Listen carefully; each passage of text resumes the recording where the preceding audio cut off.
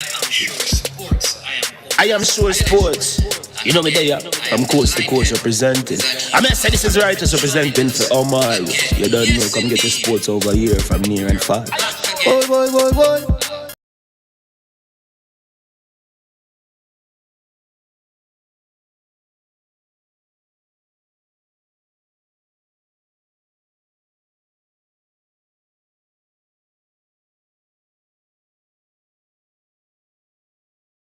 Yes, people. False start. They call that false start. I don't know what just happened to the music, but we're gonna fix it and get it back to you. That was a false start, but don't worry. We have to do this. We have to get it right. All right. So we're gonna drop that back for you, and then we are going to dive into the show. I'm going to greet you. We're gonna dive into the show, but watch out now. I am sure sports. You know me there. I'm coast to coast representing. I mean, I say this is righteous representing for Omar. You don't know, come get your sports over here from near and far. Boy, boy, boy, boy. Me say I am sure sports, one thing me sure about. When me say sure, that me not doubt. Come get your sports, get it over here. Come subscribe, repost and share. I am sure sports, one thing me sure about. When me say sure, that me not doubt. Come get your sports, get it over here. Come subscribe, repost and share. If me not sure, that me not say it. Know who score, that me not say it. Never know the game play, that me not say it. If me never seen a game, me not know who play. For your sports news, better come over here so. For your soccer news, then come over here so. If you don't love sports, still come over here so. For the day done, you a go love over here so.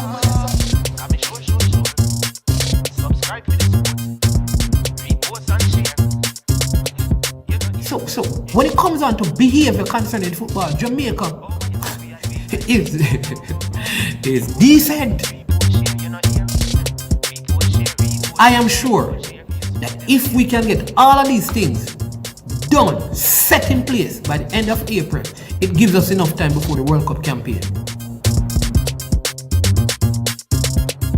Not afraid of no Brazil, no Argentina with these crapper players.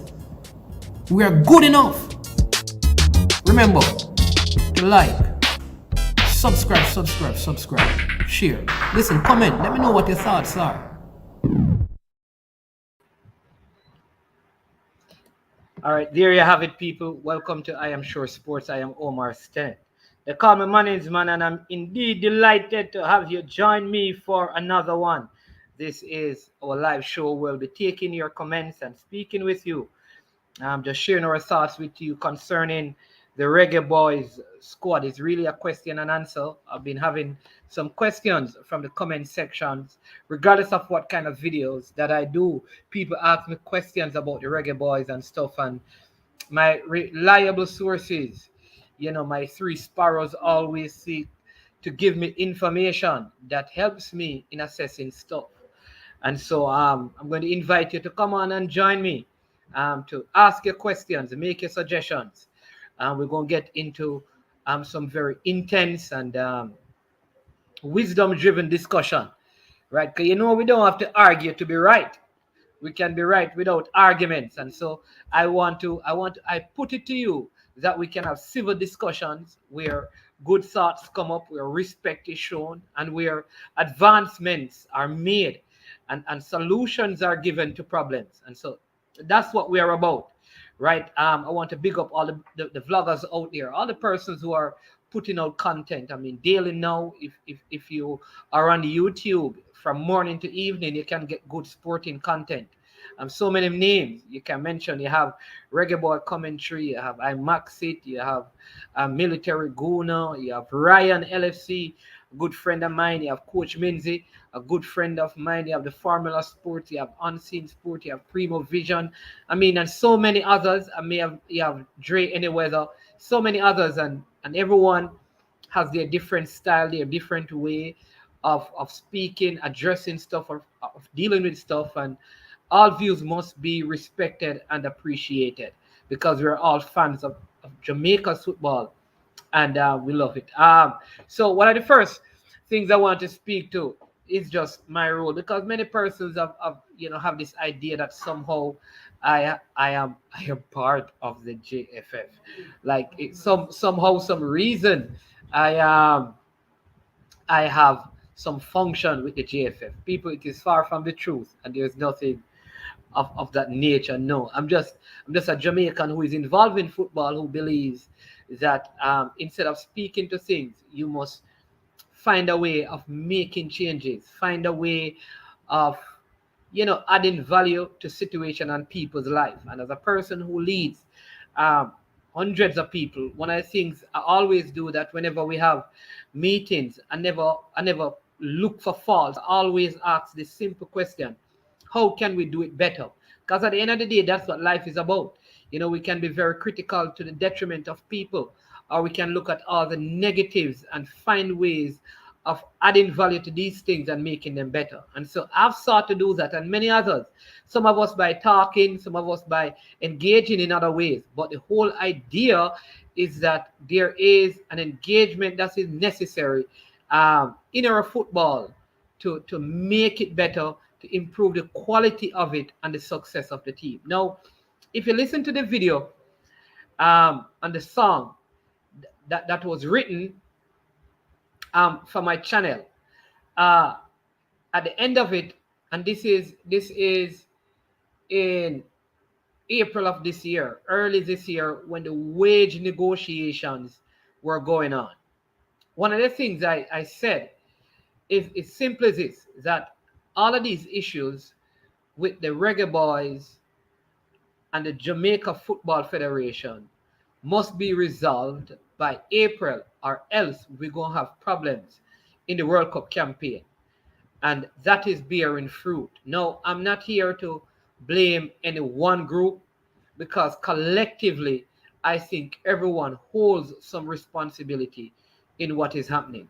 This is, you can ascribe or allocate, whatever word you want to use, a certain amount of blame to one particular group in terms of percentage.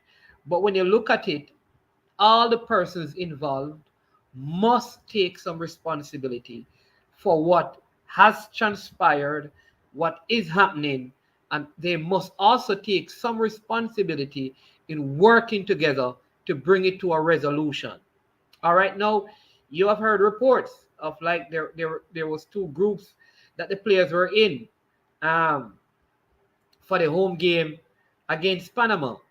You've also heard that there was a players meeting before the Costa Rica game. And from what I've heard from my reliable birds, that did not include the the 8 players who left Jamaica after the Panama game that we lost 3-0. So the meeting in Costa Rica, maybe it's just incidental, maybe it's coincidental, I don't know. Whatever format it was in, it wasn't inclusive enough to bring those players into it to have one voice. Maybe there's a future meeting planned where all the players that will be called up for the next 3 games will have some sort of dialogue to deal with the issue. So I want you to come on and tell me what your thoughts are. I think there are some key figures in all of this, all right? And I'm going to make reference to some of the things that were a part of the 98 campaign. Also, before the video ends, I'm going to select what I believe is my best starting 11, given what I've seen so far and what I know by watching the leagues. Now, it may be different from yours, and you may not like it, and that's fine. We all have different opinions, and that must be appreciated. Now, players must not look at what vloggers do and what vloggers say and take offense to it. There are vloggers who will put you in their 11, and there are some who won't. Not being in a person's 11 don't mean you're hated or you're despised. They just have other preferences. And what it should do is motivate you to work harder at your craft. That's the nature of sports, and we must all understand that. Now, again, critical to any successful organization or sporting team is oneness of vision. Everyone must have a clear vision as to where they are going and how they are going to get there. And that must be painted, written down clearly. And that must come from the very top. When I say the very top, I mean the president of the Jamaica Football Federation. Now, from what I have seen, there is no written or verbally understood vision heading into Qatar 2022. If there is, I've not seen it and I've not heard it. And without vision, people cast off restraint. They go their own way, they do their own thing. So what is the vision? What is the vision? Because if you don't have a vision as to where you're going, you can't create a plan. So if there is no vision, then obviously there will be no plan. Because you can't have an effective plan without a properly articulated vision. And that's just the truth. And so we have all of these bumps in the road because the clear vision is not outlined, and therefore there are no clear plans to accomplish anything. Have things been done? Of course. But they have been done as they have come up, more so than a clearly established pathway. So the first issue that needs to be dealt with is that the leadership, from the presidency to the vice presidency to the board members to the secretarial positions in the federation, what is the vision? And has that vision been communicated to the coach, to the players, and to all other stakeholders, including the public, the fans of football? It's not too late to get to work. Now, when you have a vision, you have to bring people together to follow after the vision. It's called the law of buy-in. People must buy into the vision, right? So you have to be able to communicate it and sell it in such a way that people want the vision. And that's where I'm going to challenge the leadership of the JFF, the leadership of football. Because the vision is not clear, nobody is buying into what is there. So you have to sit down, take these next 2 weeks to sit down and have a clear vision with a clear pathway to the vision, and then begin to get people to buy into that. Starting with your coach, with your players, and then extend that to sponsors and fans. Beginning stages. So you have the federation that needs serious adjustment in terms of the operation. Now, many go and be upset because they go and say, well, we have a plan, we have a plan. If you do, personally, I've not seen it. Anybody in the comment section, if you have seen the plan, if you know what the plan is, if you have extrapolated from communications or written information, some sort of plan and vision, then let me know, because I don't know. From the very beginning, it has not been made clear. All right. I remember now in 1998 that the very bosses had it written down.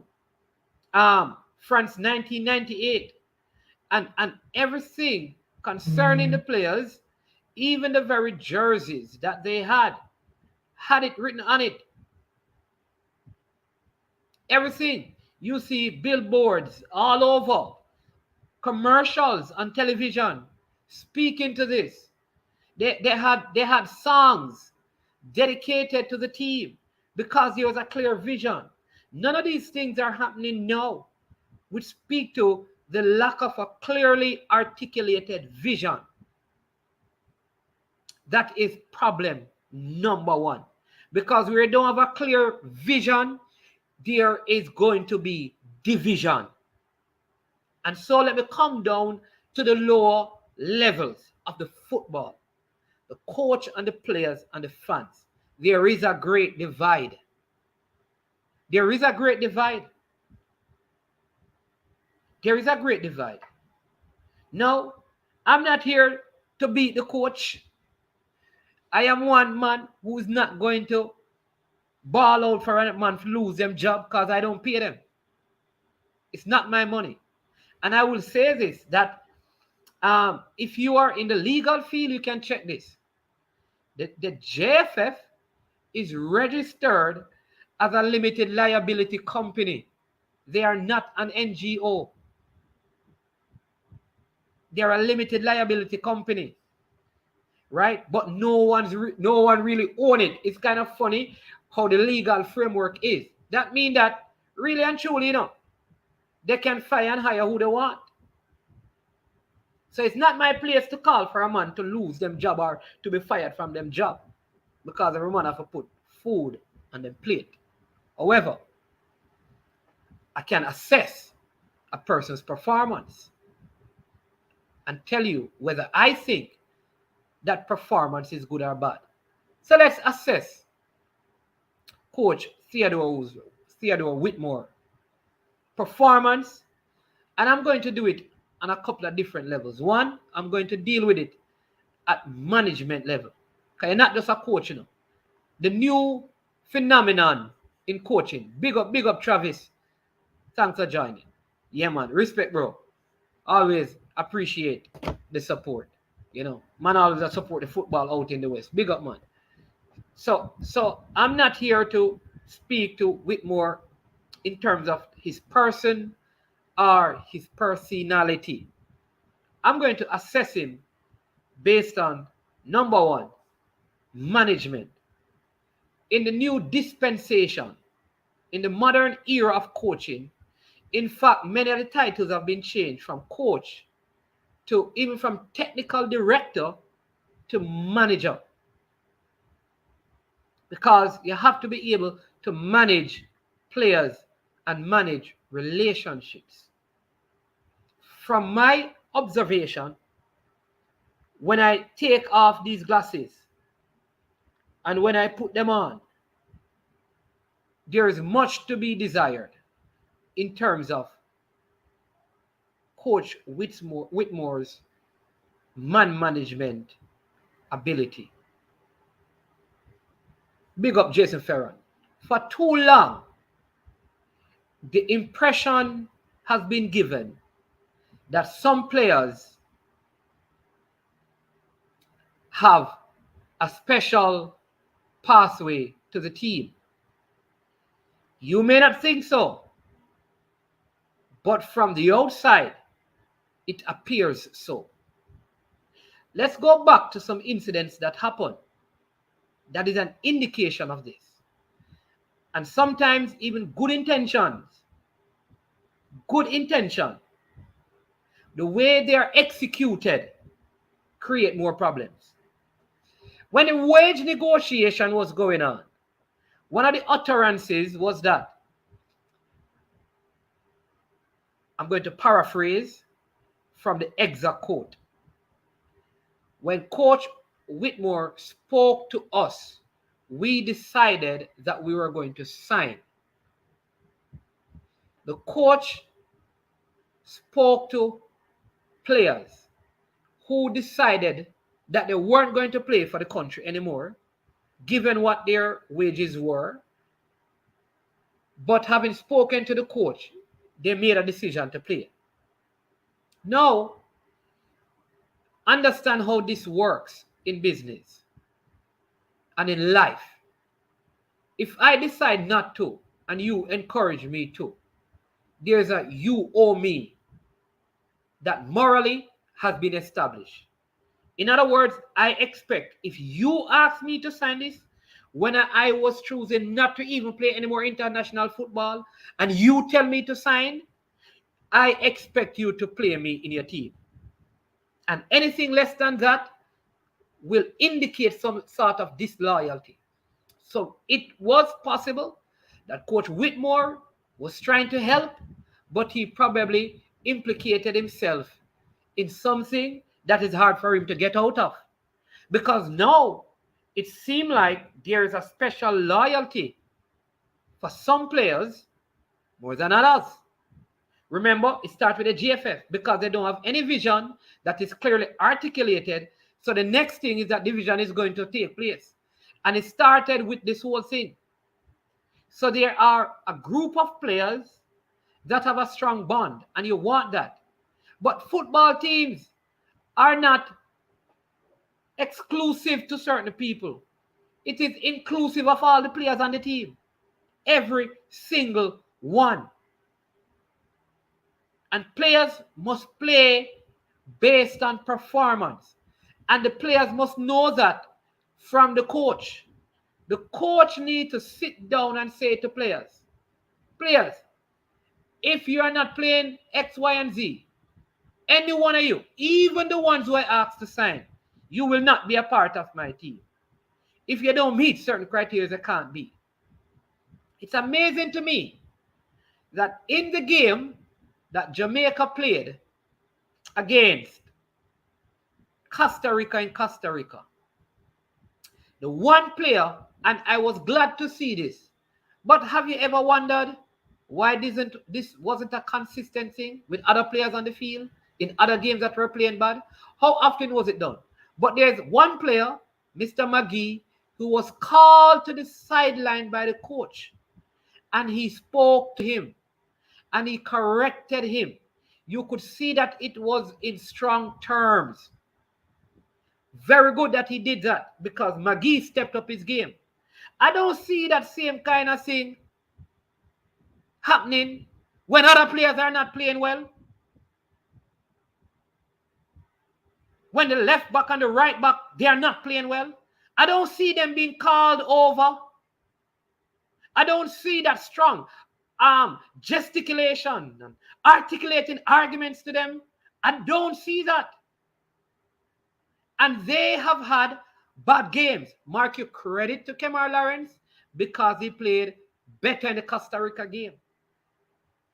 But in the Gold Cup, some of these guys were atrocious in the Gold Cup.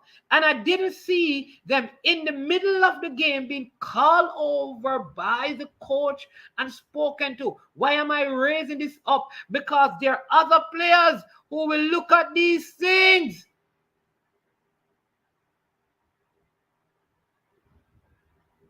They're going to look at these things and say, why do you speak to me that way, but you don't speak to that player that way? It has to be dealt with.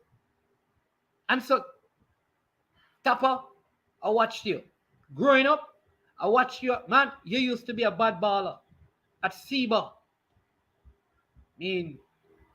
Days of the Noah Sterling, you and Hector Wright and Shorty Malcolm, and when Pick Night used to keep coming out of Herbert Morrison, all of those days when they used to have Western Super Cup and SEBA was winning all over.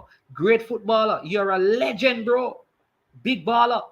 Did well in all the Caribbean competitions. You broke into the national team in your late years because at that time people in Western Jamaica couldn't make the national team because there was no place for them to stay. So they couldn't travel up and down. All right? So watch this. You go to the World Cup. This is not about your achievement playing in the World Cup. This is not about your achievement in the 1998 campaign. This is about the Reggae Boyz team right now wanting to go to the World Cup and the responsibility in terms of management you have as a coach. You, Coach Whitmore, must call all of the players to a meeting and bring them together. You and your team captains. I'm not talking about some players. All players must feel like they're a part of this. And if they refuse to be one, they can't be a part of the team. Here's the thing that I've learned. You see, we can't get football to be like politics, where when you're running in the election, you're taking some people, and so you have to end up give them back things or do things for them. Here's the thing. And watch this. I have no information that this is happening. But Coach Whitmore, what I'd say is this. Like I say, I don't know. Coach, let me say this. You see, my baller, I give you something, Whether they want them from near or far, don't take it. Because you don't want a man give you anything. Not even look at ice water. And then somehow he has some expectation. That because he gave you a drink, he has some right to the team. Nobody don't have no right to the team.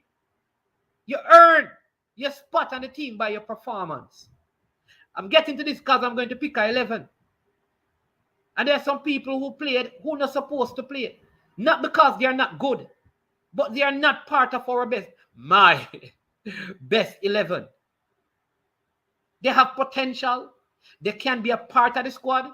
They are going to be needed, but they are not a part of the best 11. And they must respect that and respect the coach. There are some players that sometimes they can't even get selected for the 23. And brethren, you have to give the same kind of support because it's one team. Not two, not three. It's one team. It's one team. It's the Reggae Boyz. It's the Jamaica national football team. It's not named foundation player football team. It's not named local player football team. It's not named English-based player football team. The name is the Jamaica national football team. And if you don't want to represent that, maybe you shouldn't be a part of the team. Brethren, somebody come down, come in down. We don't talk about Whitmore. Let me come to the football. 1-1. Footballers, what do you really want? You want your friends to play or you want to go World Cup? You have to answer that question. You, Mr. Baller. You, Mr. Baller. The people rate you, but them criticize you. You.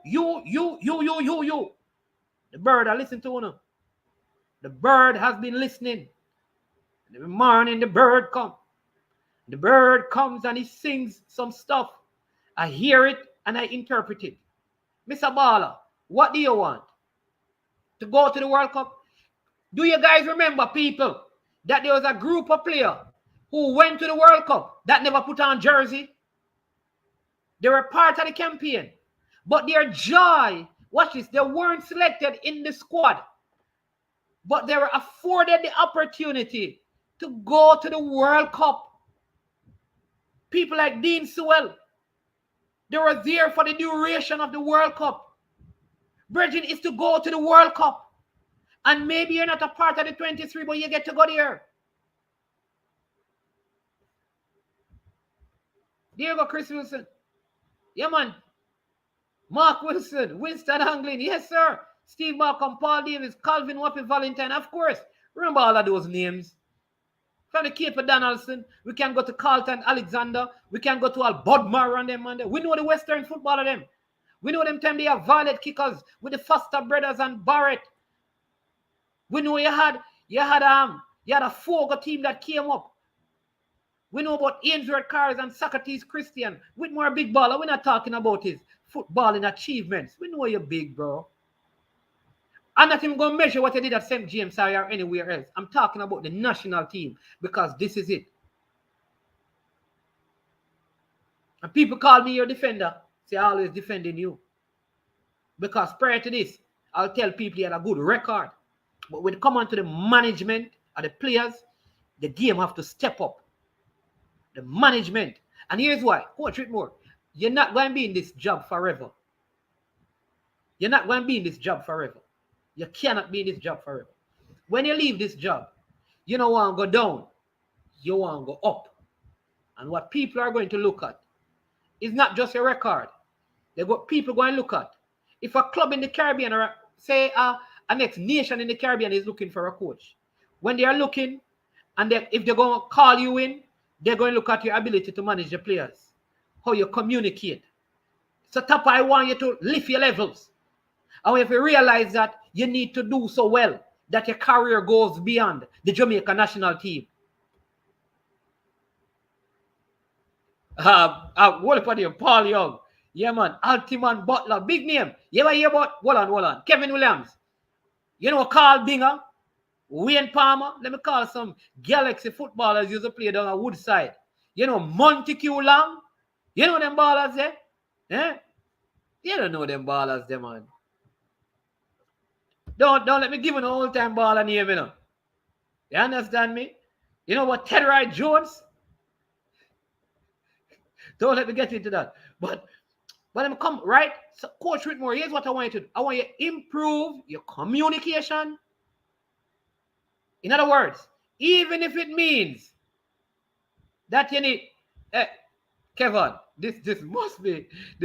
Hey, Steve Green is probably the hey, this man stayed football uninjured for a very long time. Or Tivoli Garden baller. Hey, Kevin Reed, listen. Here's the thing. Anybody from Tivoli, listen. I mean, if you talk, you know, let me do my JPL show and I can't get through. Me feature almost every club except Tivoli. Me need to get Tivoli, some Tivoli, one, two Tivoli player to come and speak on the JPL show. So, Kevin, if you can give me the hookup, that would be good because guess what? They have some youth down there, a good team. They have a centre back named Penny Cook and this little youngster named Horatio Morgan, I think his name, playing some good football. You understand me? Kevin Garnett playing some good football as well, and they're into the playoffs and things. Yeah, but good footballers, right? So, Coach Whitmore, you have to do that. You have to look beyond the Jamaica national team players. So remember that when we went to the 1998 campaign, some players started out, you know. You remember that Gregory Messam and these guys started out, but over time they were replaced in the team. But when you talk to those guys, people still remember them. You want to be remembered, bro. You don't have to play. You don't have to play. You don't have to play. This bag of nonsense. That, like, listen. People, when one man scored a goal, a Jamaica score, brethren. That's the idea. You know how happy I was that Shamar scored? Because I know that if you come out and talk about him, people are saying, true, me and this, and you're true your friend, and you know him and all of them things, and no. Because I beat him when him do bad. I rate Leon Bailey highly. But I beat him when him do bad. Yeah, hey, listen. All right, Kevin, for real, if you can do that, because I'd love for him to come and speak because he has been a very instrumental. Don't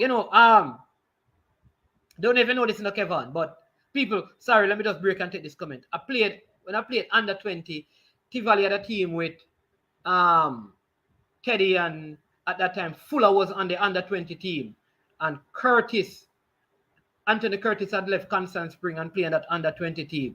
And you know that I played against him, you know. I think we beat them at Constant Spring, and I think we went to the semi-final. Then Bumpy was the forward, you know. Yeah, man. They put a tackle on Teddy still, but he did bad. I think Fuller did salad me still, but they bust a tackle on Teddy. That time they had Chemo Dread and I think a Boyz. He named two bad Tivoli forward. They played high school for Tivoli and played under 20. Hey, Kevin, you don't know them things there. All right, come move on. God Peter King, all right? USA fans are calling for Greg Berhalter to get sacked. And he's way better than Tapper. He just win 2 competitions and the fans are mad. There you go. Right? And I want Tapper to see this. And I think he has to take some responsibility because how the players are operating, they feel like he's going to call them, even if they're not doing well. And that cannot be, brethren, it has to stop. It has to stop. Recently, I read a book called Good to Great. Man in the book, because I read book in it, I have a whole of books behind me. I read like every month, I have to read a book. We used to read 4, but you get older now, so you read less books. Right? Thousands of books. Right? Man say you have to get the right people on the bus. But not only that, you have to get the right people in the right seat. So that the bus can have balance. And some people are going to get left out in the final analysis. Again, Dean Sewell went to the World Cup. A lot of these guys went, but they never played. But they were part of the campaign. Someone asked the players, what do you want to do? Do you want to play more than you want to go to the World Cup? Brethren, let me tell you this. I'd sit on the bench and play and go to the World Cup.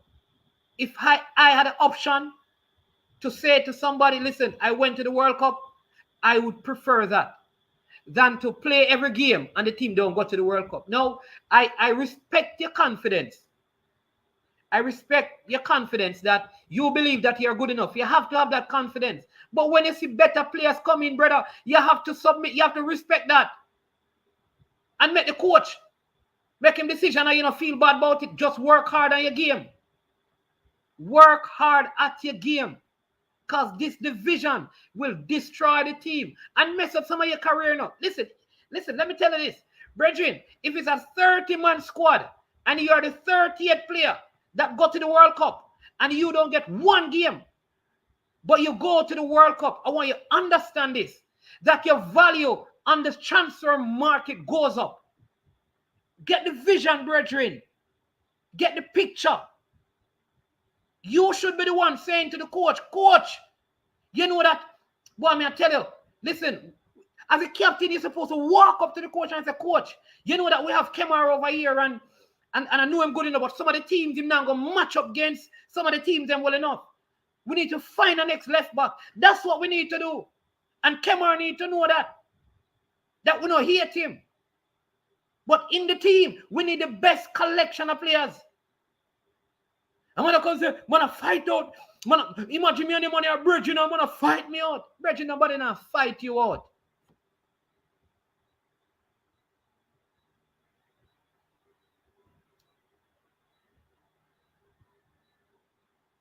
Nobody not fight you out. You have fight out yourself. You have fight out yourself. All right. Most of you play corner leagues, right? Well, if you can play football. Jairus play corner league. When we talk to and Kevin play corner league and Pesa. I don't know where to play corner league, all right? I used to travel.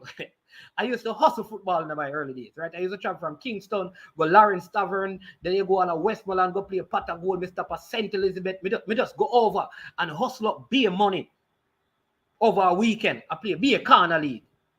Watch this. It's when we go to a community to play corner league and we're good. The people them from the corner we play upon the team there. Them come off. And say, no man, make the town man them play. Worse when they go certain area, them say, no man, make the town man them play. When we go in man and say, no man, who call me Stanley, say, who call me Beanie Man, say, yo, no man, Beanie Man, we are talking about. And people in the community would, man, them will buy the jersey. The man will mix the juice so them could have get some game. Them man, they will pay the entry fee. Sit down on the bench and give up them jersey. Why? Because to them, it is not about them playing. It's about them corner winning. Here is what I want the ball them to realize. This is not about you playing.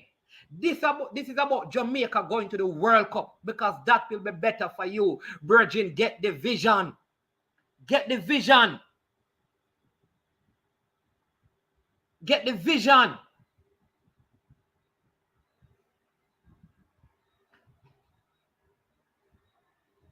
True, Jairus, you're right.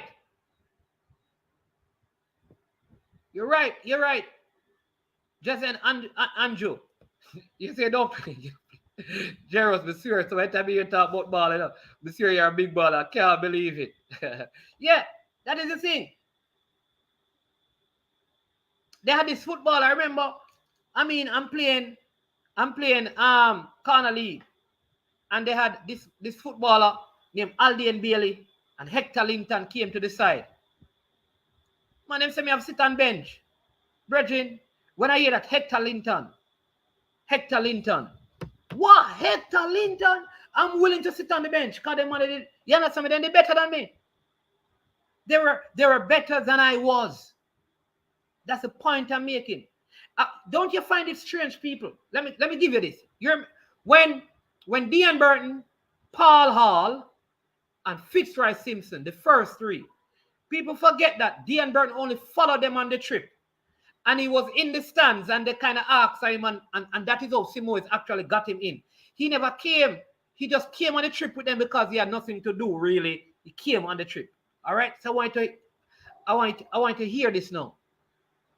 He got into the team, right? So there wasn't a lot of fanfare. But these players, you'd see Bibi and the Fabian Davis and you had Christopher Dawes. I'm talking about some of the early players. All of these players now started taking pictures with them. Brethren, how can I be in the national team and not like a man who play in the Premier League at West Ham come and play? I'm going to take a picture with him, brother.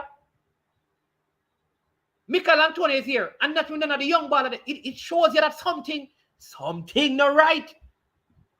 Something not right, brother. We can't be so divided. We already have that in our nation. Communities divided against each other. You don't see what people are dead because of division. We want to bring that to a national team. Over playing when you can't go to the World Cup and become millionaires. It was after the World Cup that Ricardo Gardner got a contract. Theodore Whitmore got contract. Ian Goodison got contract. And Nandi Lowe got contract. All of these players got contracts. After the World Cup, who didn't go to England, went into the States. After the World Cup, it opened doors. And every young footballer in Jamaica should be pushing for the best players, no matter where they are from, to be on the team so that we can go to the World Cup, because it opens up doors for all of us. Yeah, man. Respect. Big up, Kale. Yeah, man. 1-1. Yeah, man. Respect. All right, Powell. Yeah. Listen, people, if I'm wrong, you know, I want you to tell me, say, I'm wrong, you know. And you understand me? And let us. All right. People can't war by themselves. Why are we putting all the blames on the loop? I'm going to take on that. Rob Simmons. So you know, we start with the JFF first, you know. So you need to go back, you know, because the JFF is at fault, because the JFF has no. Let me give them my first beating point for them. They have no articulated vision, and where you have no vision, you're going to have division. So the buck stopped with them. So I make sure I deal with that. The coach is a part of the problem. You know, I have not said locals or overseas players, you know. I said players, I'm not putting them in no local and overseas. But let me come to the overseas players then. All right. No, man, it's all right. Cool, Rob Simmons. I love the comment. So let me get to, because when I talk players, listen, me done with the separation thing, local and overseas. Me stop it. When I talk now, I talk about the Jamaica team. All right? So let me give you this. There you go. The coach should be a leader and talk to the man. I keep saying this, you know. I keep saying this. Let me keep up this, Jaros. Because Jaros, here's the thing. The captain and the coach are very important to this. Because if they don't stop this, it's not going to stop. Because this is not a local player issue. All right? It's everybody issue. Because here's the thing. The truth is, I totally understand how these youth feel when Nation League a play and none of these guys make themselves available. It's still FIFA window, because one of the things FIFA has done is eliminate friendlies, so that when Nation League is being played, you are free to come. Because FIFA has made the Nation League an official window. Therefore, I don't want players who only want to come play in a World Cup campaign. Every time your nation a player and you are called up, you need to turn up. You need to turn up. No, you know what going to be the problem. You know what going to be the problem. You know, people are going to tell about money. All right, whether it's money or not, big up Fresh God. Whether it's money or not, because people are going to say they don't have the money to bring them for the Nation League, so they're waiting until World Cup campaign. All right. Here's the truth. Here's the truth. The kind of effort that we put in to get people for the World Cup campaign. This is why vision is important. You know? That's why the GFF must have vision. What is your vision? to make Jamaica football better or to play in a World Cup. Because if you don't prioritize the other things, people won't prioritize it. You can't expect what you don't respect. In other words, if you don't show respect to the smaller stuff, the players are not going to show no respect to it. So that starts with the GFF. So I'm not saying that we need to call all the players, but we can. I mean, I know that Bobby Reed and Daniel Johnson, to be right, Mariappa, Michael Hector, and boy, I know people don't rate Michael Hector, they don't want to hear him name. But here's the truth. Michael Hector always turn up and always show up when he's called. And I want that to be the heart of all the players. As long as you are invited, you're playing ticket buy, turn up. Again, I don't want to even put the players in a group, Andrew Chambers, but watch this. Everybody must come together. I want Mikel Antonio to call and listen. Me I talk to some of them in England, I know, I'll come and roof them. Me know you're probably offended by the statement here, but when you call and say, listen, Coach Whitmore, when call, maybe him now will call you. I them for do it, you know. But brethren, we could bridge the gap because let me tell you these people. You know the birds them come tell me? The birds them tell me say if we not sort out the thing, we're gonna lose the next 3 match. If this don't get sorted out, we are going to lose the next 3 games. One banner, we said, Andrew. One banner. It has to be one banner.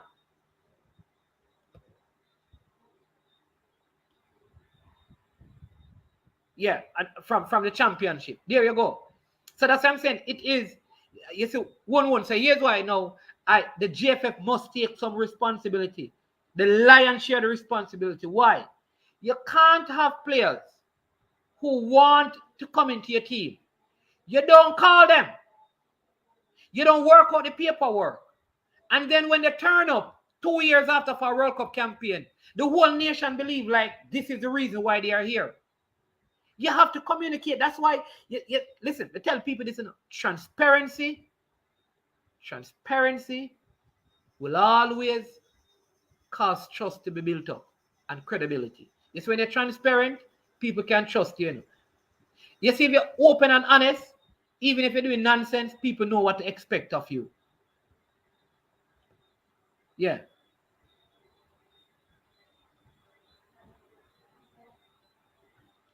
Yeah. You understand me? No. Yeah, man. When Blake made that statement, Blake is saying, which is true, you can't want turn up when a World Cup campaign. But the next part of the argument is that a lot of these guys would have made themselves available. But the federation keeps saying, which is what they need to do. If a player reach out to you, right?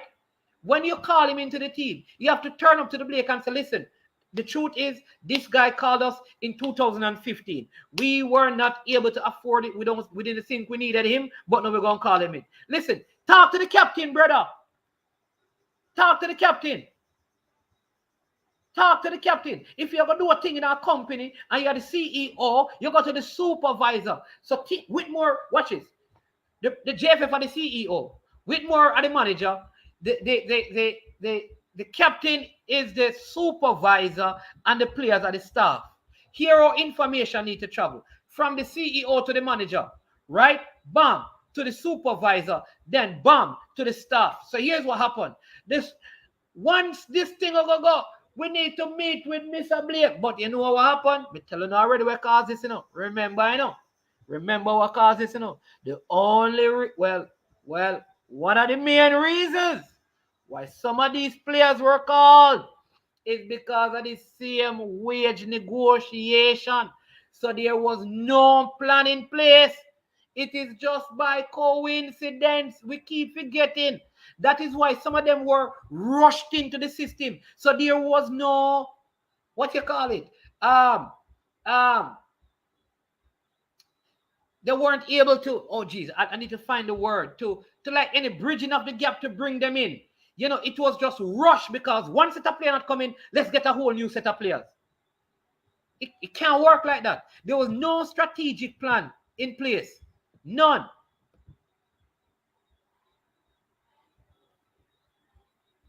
All right.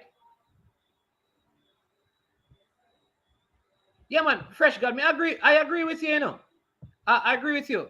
That and that's what I'm saying. I mean, I hope my other comments will help to I hope my other comments clarify that the captain and the coach need their friends there. They need to clean their heart fast and get the team together. Listen, I'm not even going to get into people's heart because I don't know. You understand me? Yeah, man. I remember Bobby Reed, Daniel Johnson.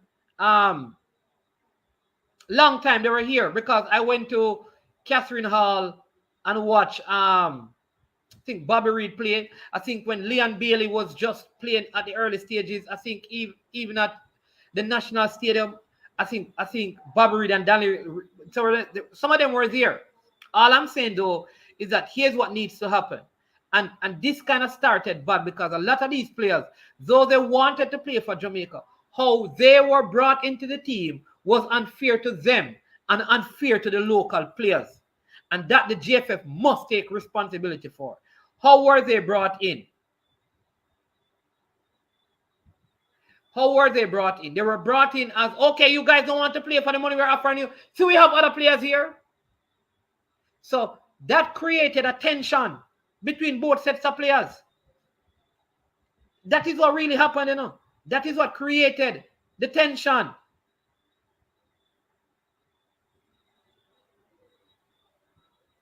That created the tension. It created a tension because the players would have felt, okay, you guys are rejecting us for those players. So now, when the players are not going to play, I'm going to use a word. Use a word. The AI has entered the building. Look out, people. The artificial intelligence is here, aka shut up. All right. So watch me. You know, like you check a girl, and she says she don't want you. She want your friend. That never happened to me still, you know. Maybe that happened to the artificial intelligence. Never happened to me. All right. But you check a girl, the girl don't go like she don't want you. She go try to check out your friend. Then your friend let her down easy. And she start come to you. You start saying, hey, you brute you. I felt like this is what the players are walking in and going through. What do I mean by that? Here it is that they were trying to negotiate. They felt like they were rejected for a next set of players. Those set of players kind of failed. And now you have to turn back to them. So it's like you brute you. And I'm saying that is why there has to be a conversation. The man them need to meet from now and work out them things here. Like no. Them need for meet.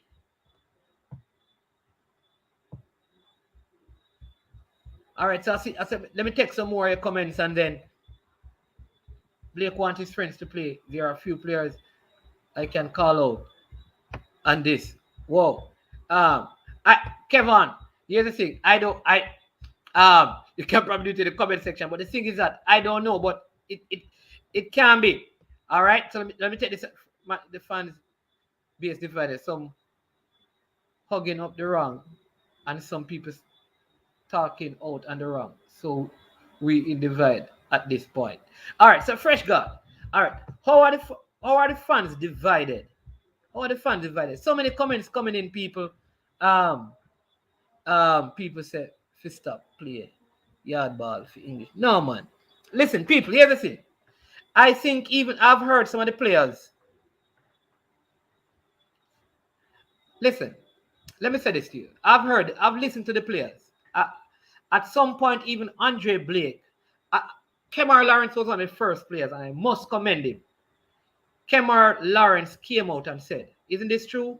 Kemar Lawrence came out and said, people, we can't do this. We need more players.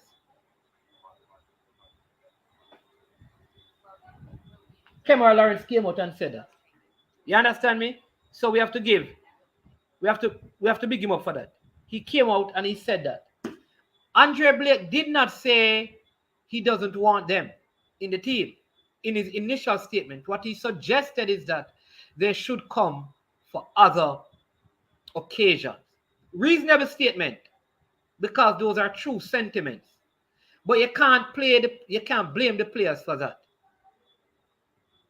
Right? We can't cuss the local players, and we need to stop calling them local.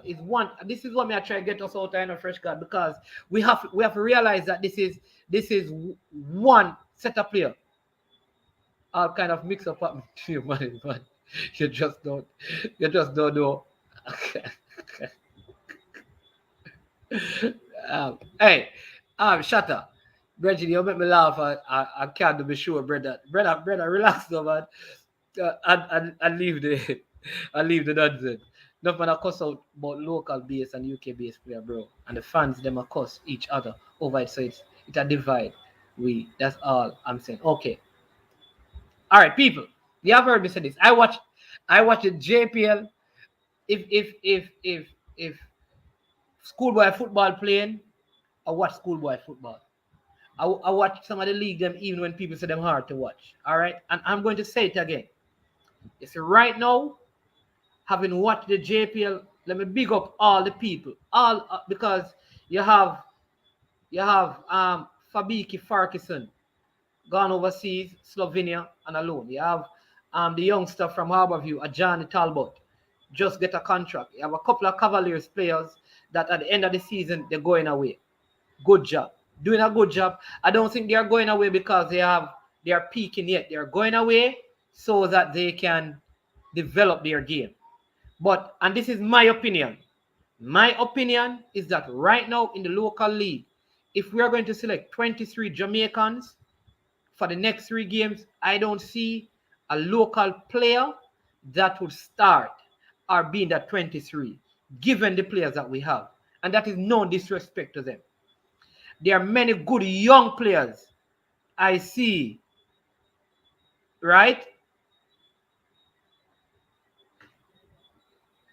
Many young players I see, many young players I see who have good potential, that if groomed and trained and put together well, and under a good system, they could form the core of the 2026 World Cup campaign. Hey, Shatter, you know the players being a shot. I'll show you something, Shatter. What are the people? Let me show Shatter something.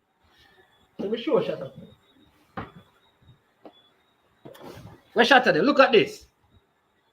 You see that? You can't beat me now. I guarantee you that I beat you in 6 moves. All right? Back to regular programming, right? So, I think the team needs to be a mix of not a mix. The team just needs to be our best players. Who is our best goalkeeper? Andre Blake. He's in goal. Who are the best 3 center backs? Are the best 4 center backs? All right, let's look at them. The best 4 center backs we have are Mariappa, Lowe, Liam Moore, Eason Pinnock.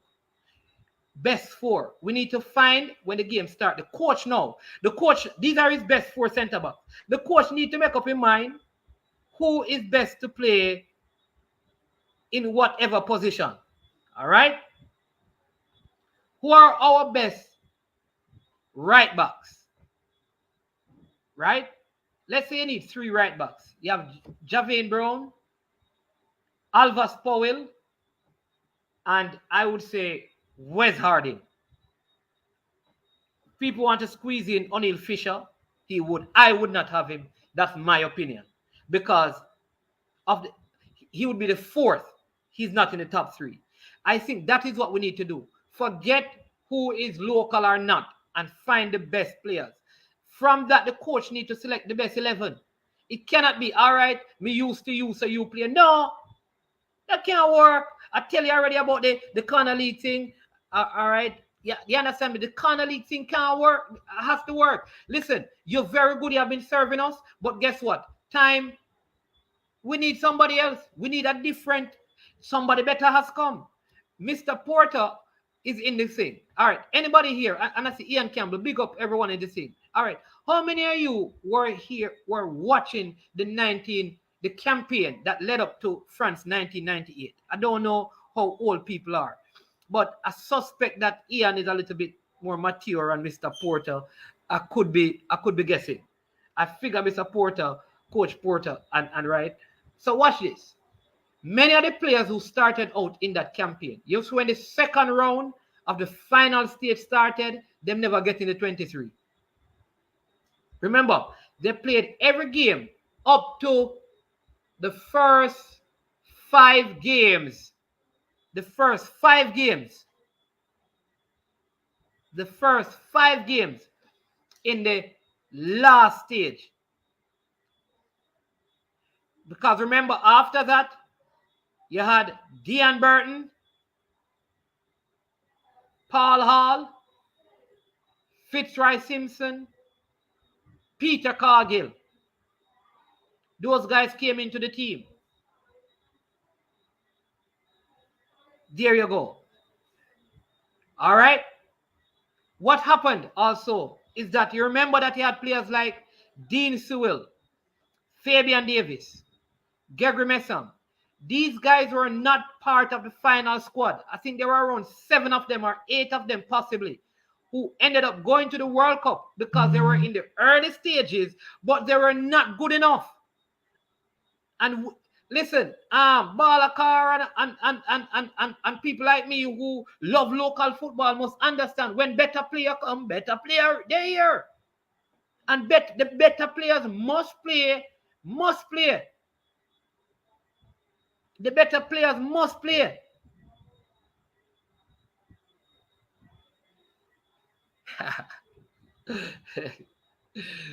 Hey, shut up, eagle eye people. I don't know if it's a real AI.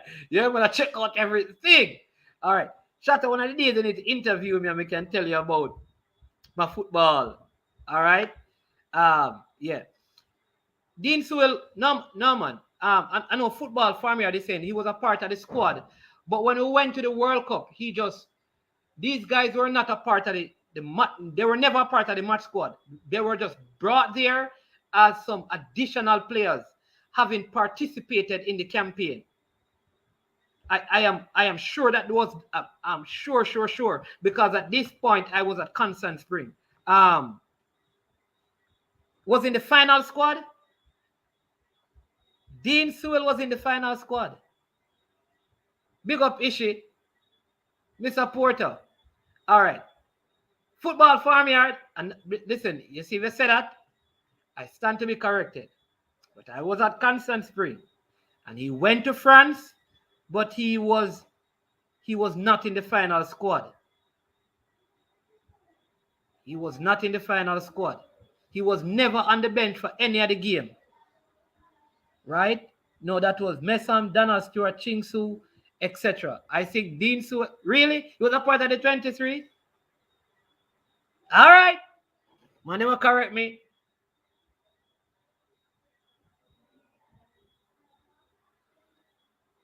Rob Simmett. What did you say, Rob Simmett? Yeah. So that is it, people. There has to be this unity and oneness. And I am not here knocking anybody, right? I don't think the fans should get into this man no good. That's not our job. The coach need to know who his best 11 is. And here's my thing. When it comes down to the 11, I'm picking 11. The 11 that you use in the game against the US may not be the 11 you use in the game against Canada for different reasons. And I can tell you this. You can't have the same setup for both games. So that means you need a whole heap of players. Brethren, you realize that Canada, if we ever use guys who not in Dean Sewell was brought to France with others to gain experience at the core of the national team.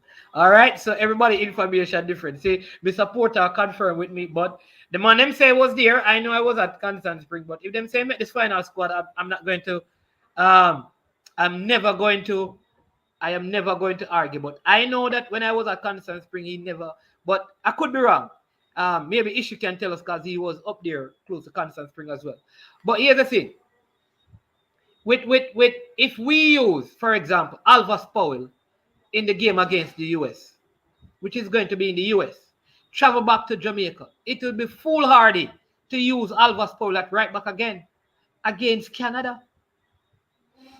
If you realize Canada have this guy named Buchanan on the right, and then on the left-hand side, they have Alfonso Davies. Brethren, we have to rotate. We have to rotate. So it means that we need quality players, and some are going to be better than us. Let me tell you something. I'm going to give you a good example. You see, Junior Fleming.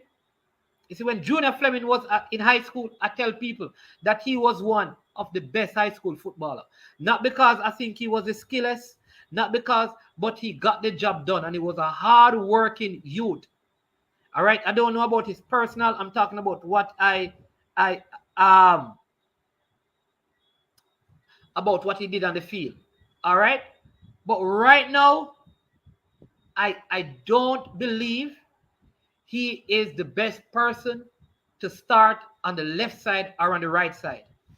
I mean, I have full respect for him. He went through a hard time. He was in the MLS. He came down to the USL and he dominated that. Then he had some little situation. And I think he has the potential to go to the Slovenian League and those other leagues. I really believe so. Right? I really, really believe so. But here's the thing. Right now, based on the quality available to us, I don't think he is the best person to start. I'm not going to, because he does his portion when he comes on. In fact, honestly, I believe he could play the role as a super sub for Jamaica. Now, what I don't want is that if he doesn't start, and God forbid, Andre Gray start over him again, and him come on and score, you're basically a fan of the man. We can't do that. And so there has to be a meeting. You understand me? There has to be a meeting. We have to meet to discuss this as a people. And fans, listen, you have a right to speak in all of us. And players should not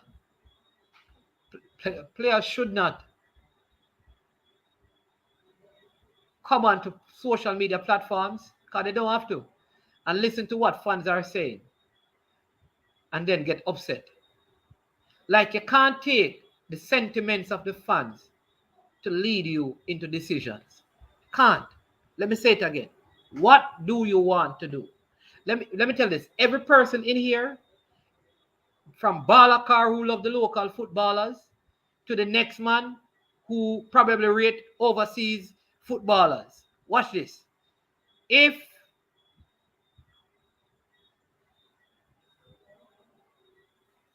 Watch this. So you have the man who love the local, the man who love the foreign footballers. Watch this. If Jamaica qualifies, once we in the World Cup, that same person don't care less who brought us to the World Cup. Players, I want you to hear me. You see at the end, players,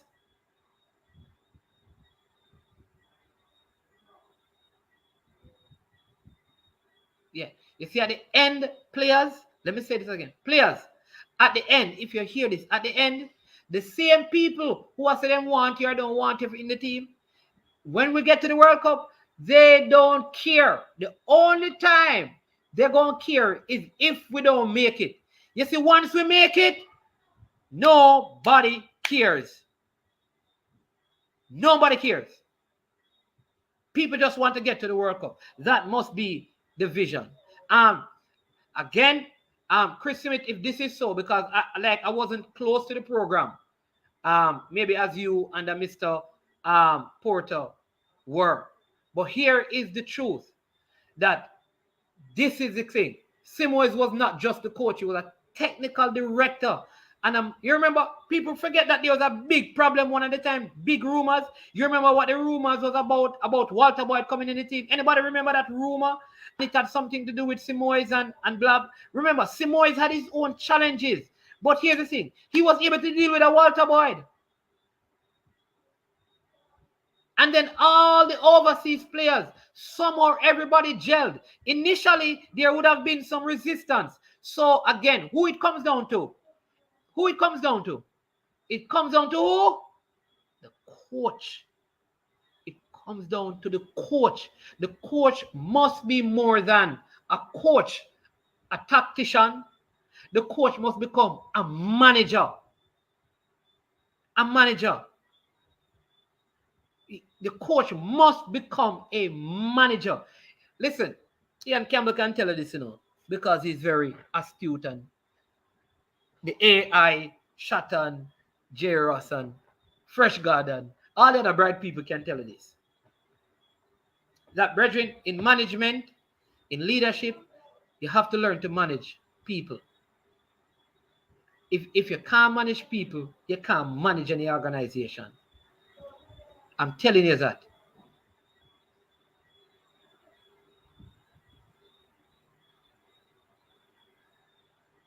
One, let me tell you, I was there for the Mexico match, my friend. And I am saying, listen, when that final whistle blew, it wasn't whether the people were English-based or local-based. You know what is funny? Even when Robbie Earl and Marcus Gale and I think Darrell Powell, I think his name was, and Frank Sinclair, except for Frank Sinclair, most people never even it's when Marcus Gale scored that first goal in the World Cup. Nobody never even care about Englishman and all of that, I'm telling you, the people know, footballers and Coach Whitmore. Listen, the people right now, they're making all the night. They don't care. All they want is for us to get to the World Cup. That's what they want. They don't care about this local and this, all that. No, just get us to the World Cup. Just get us to the World Cup. Ian Campbell, you don't think that is too strong? Do we really have to get rid of him, or he needs to implement some strong measures and improve his leadership? All right, Ishmael, I like that faith. I like that faith. All right, sorry. All right. People keep it calm, please.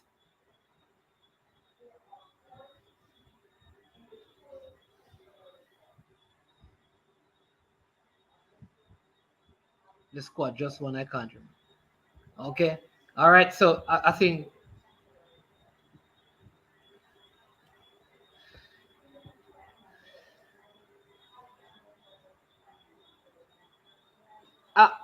you see, I don't know. Did we have this problem on a Winifred Schaefer? You see, the truth is that I am not.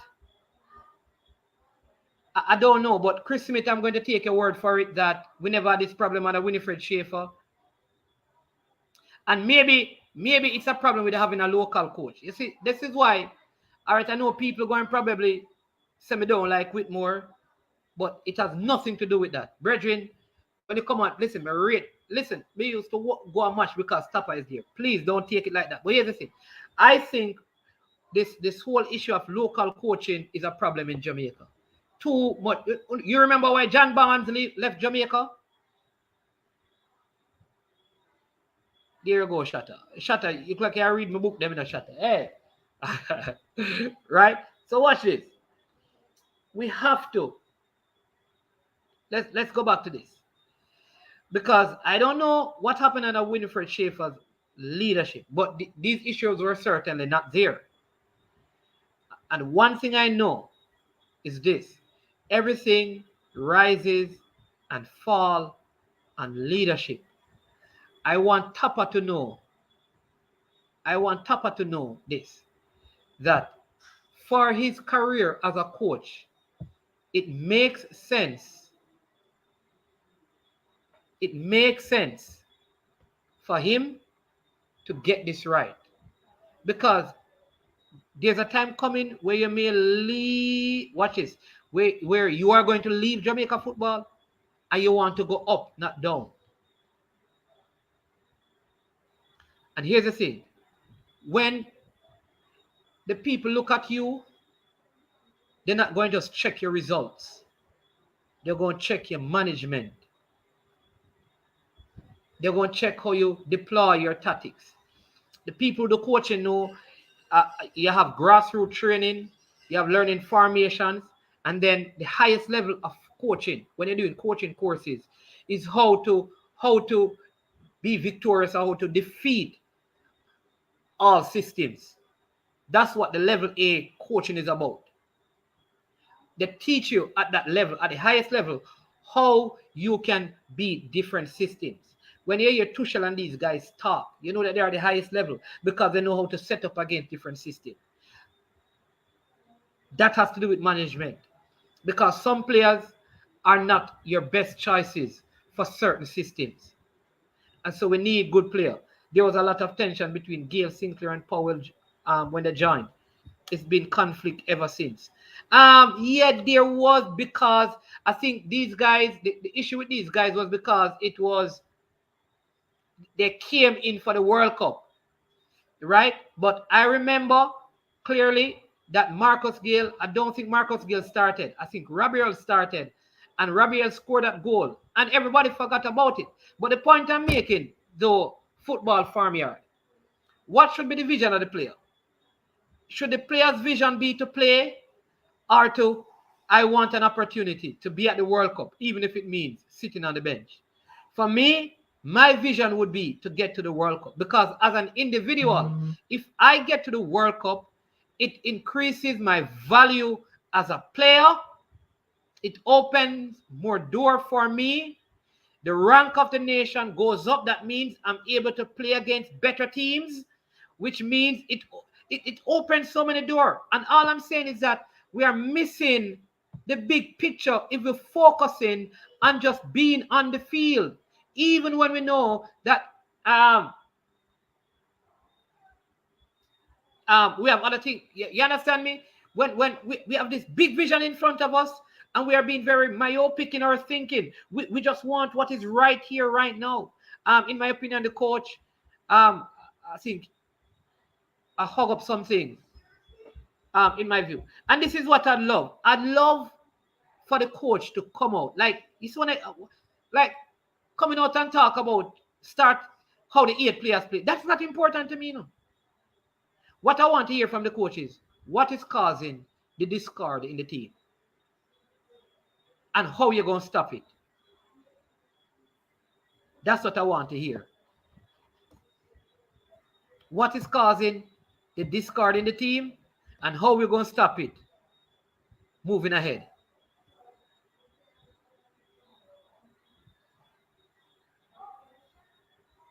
Yeah. I remember, well, this one I'm sure about. That there was disrespect to Wes Morgan. And again, this was never dealt with. I can tell you this. Up to 2020, the disrespect to Wes Morgan by players was never dealt with at the coaching level. And that is what I think continues to be the problem. And I don't know. It has to stop. It has to stop. All right. Chris Simit, somebody is disputing your argument. But yeah, but Ian, what you think? What do we do? Because my proposal is that the coach and the captain need to summon all the players. I am not for this meeting that was in Costa Rica. Because the meeting in Costa Rica is what you'd call the people who normally play together. What about the Antonio and the Roof and the Ethan Pinnock and the Liam Moore? Were they a part of the meeting? So my thing is that there has to be a meeting. And the meeting, we can't wait until we gather for the next game. There needs to be some Zoom meeting where everybody turn on their camera. People, I want to tell you, I suggested that. I suggested that to the authorities that be. I've said it publicly on this platform, said it in other medium, through other mediums, that there has to be mediation. And you need to get in someone professional to do some team building activity right now. We need team building activity. I know that there's a sports psychologist there But sports psychologists are not necessarily mediators. All right? In a company, you can have a psychologist that deals with personal stuff, but when it comes on to a team building, you need like a motivational speaker, a chaplain, like people who do mediation. There has to be, people, I am telling you, it is unhealthy. It is unhealthy. It is unhealthy. And what you don't want to see in our national team is one game you see players don't even want to pass the ball to each other. You don't want to see we are in Tegucigalpa playing, and what happens in Tegucigalpa, the opponents rush your team or rush one of your players, and because you're not from England, they don't support you. Because you're not local, they don't support you. That can't happen. I'm an Arsenal fan, and the worst thing, you know what the worst thing I've seen in my time as an Arsenal fan? It was recent.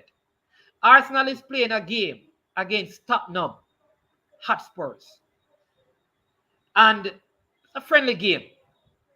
And one of the Tottenham players rushed over the sideline, rushing Mikel Arteta, and only one Arsenal player.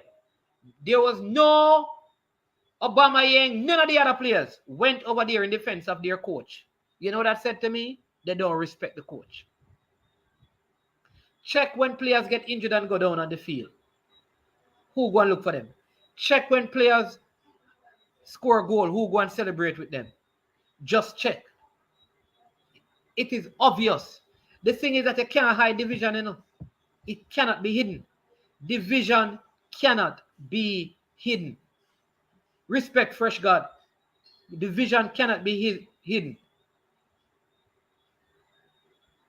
Oh, Jaros, I didn't know about the Alphas Powell and West Morgan incident. Yeah. Oh, no, Ian, listen. There is hope, you know. People, there is hope. I believe with good minds, great minds, I see, because the truth is, a lot of the vloggers out there have been speaking on these issues. These platforms are adding to the voice of change. So I am trusting that change is going to come. Change is going to come because I believe that everybody is hearing. And I'm not, listen, this is not just like local players. Like I tell you, some of these players in England, they need to show the players that they are not just loyal to a World Cup campaign. They need to show the players that they are loyal to Jamaica's football. And I'm going to show you this. It would have been a whole lot more acceptable even if when some of these players stop their footballing career, they come back to Jamaica to invest in some football. Glad to see Paul Alba. But I've seen Daniel Sturridge and Micah Richards do charitable things. Raheem Sterling. I'm saying that is what I want some of the players to do. In the off-season, brethren, come back to Jamaica. Bill, you don't have to come and play a game. During the off-season, take 2 days and go in our community. You understand me? You never get gears from England yet, brother. Some big old Shengard. Even bring some of them near, bossy. Bring some socks and something. Bring 12 ball. Build that kind of a rapport. So, because people don't care how much you know until they know how much you care. Right? We're not asking for handout, but you have to build relationships. Build relationship with the country. We don't want to see you only when it's football time. We don't want to know which hotel you stayed. But sometimes just come to Jamaica, brethren. Go to one of the school and offer a motivational speech. Something.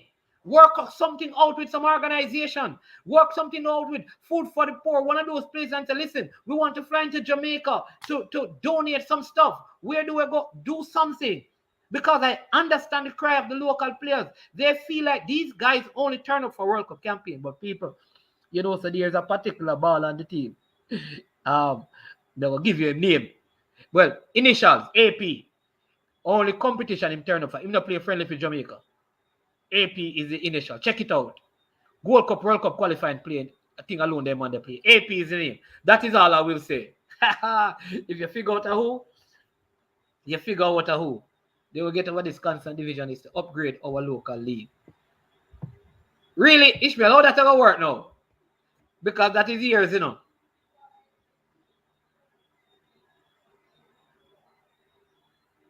All right, respect. Yeah, Mr. Porter, he wasn't being rude, man. He's just responding. So, there you go.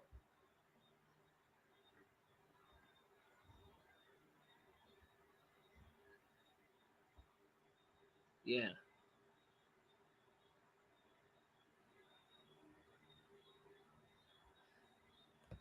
Manage. He can't manage, bro. We know this as a coach. Tapper can't go anywhere to coach. God. Patrick. All right, Patrick. Here's what I'm saying. All right. Listen. While I agree with you, the thing is, and this is, you know what my fear is? My fear is that if there is a firing of the coach right now, I'm wondering, I'd have to weigh in the balance. Would it create more division, or would it mean that we have to get rid of players? Because obviously there's a strong bond and loyalty between some players and and um and coach and the coach. There is. And I understand that. Listen, I run a team, but I never tell the players. I have some players that they're like, I know that these guys will give the all for me. I don't tell them that though. And I try my best to do. I treat everybody differently. I don't let anybody feel like there are certain things I don't do. I don't take things from the players because I don't want the player to feel like, after all, when me give, I say you deal with me, you're not giving a game. No. So I'm very careful of doing that.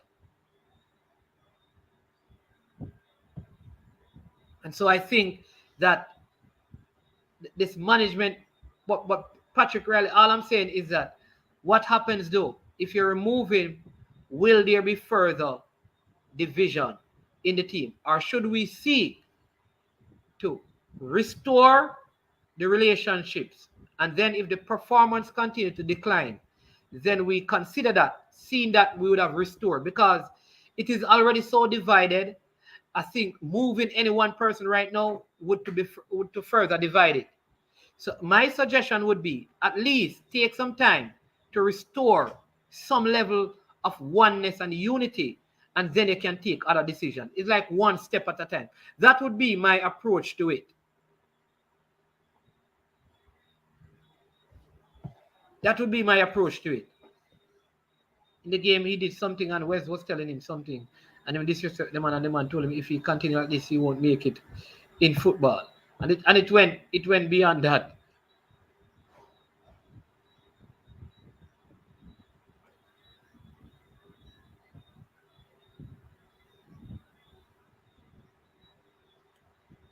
Okay. All right, let me take some of your comments. Ishmael, Ishmael, I'm not following when I said depend on what you call better players. Exactly what you mean. I may have missed the earlier comment. Personally, I think we should have done better at the World Cup. We're in a very tough group, but I think we could have given a better account of ourselves personally. Here's what I think. I think what happened to Jamaica in this World Cup, that I think we played Croatia first, right? And the game ended 3-1. And then Argentina defeated us, and then we played Japan. I have a feeling if the fixtures were turned around, we'd have gone through. If we played Japan first and beat them, I think we would have approached the Croatia game differently. I think we underestimated Croatia. We underestimated, and so we played so open that we conceded. I think if we played Japan first, won that game, we probably could have gotten a draw against Croatia and gone through. Yeah, but I mean, I think Carl Brown's years though as a coach, I would not go for Carl Brown and the Wendell Downswell. And these guys are very good coaches. People forget that, listen, there was a lot of problems with Carl Brown, you know. There was a time when many people in Western Jamaica, or let me say, in rural parishes, had major problem with Carl Brown, you know. People forget that there was a time when there were like 6-7 Boyz players in the team and people were complaining. I don't know. Remember, like people like Hector Wright and these guys, they got into the, and Whitmore and some of these guys under Carl Brown, a lot of them got into the national team late, you know. You had like players who, like a Michael Graham, who was scoring a lot of goals for Reno, who couldn't get any game. So I think the local coaching thing is so conflicting, because if a man from country and then pick some man from country to play, then you're going to hear complain. If you have a man from town and then pick 11 man to start and all of them play for the town team. If you pick a man that was associated with Cavaliers and then pick 5 Cavaliers players. If you pick Jerome Waite and then come pick 10 persons from down at Arnett. If you pick Phillips from Tivoli, you understand me? So it is, I think we have to find a way of affording a neutral coach. That is my thing. We have to find a way of, until we develop some, or we send the coaches away and let them not be associated with any club. You understand?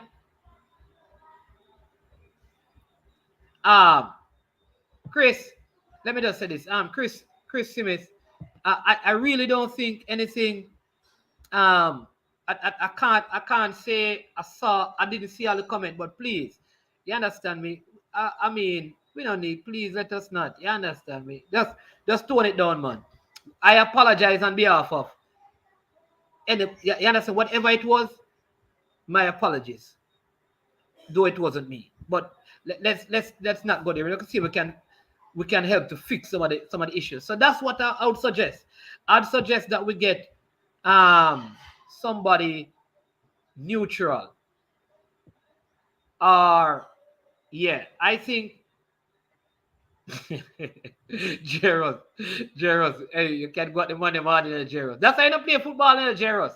Because where you criticize people hard, if you did ever play football, you would have understood it. But you don't understand that thing because you don't play football. Yeah, man. Owen, a lot of respect and things. All right, so a lot of people have been saying, what about Miguel Coley? You know what I'd love for Miguel Coley to do? I'd love for Miguel Coley to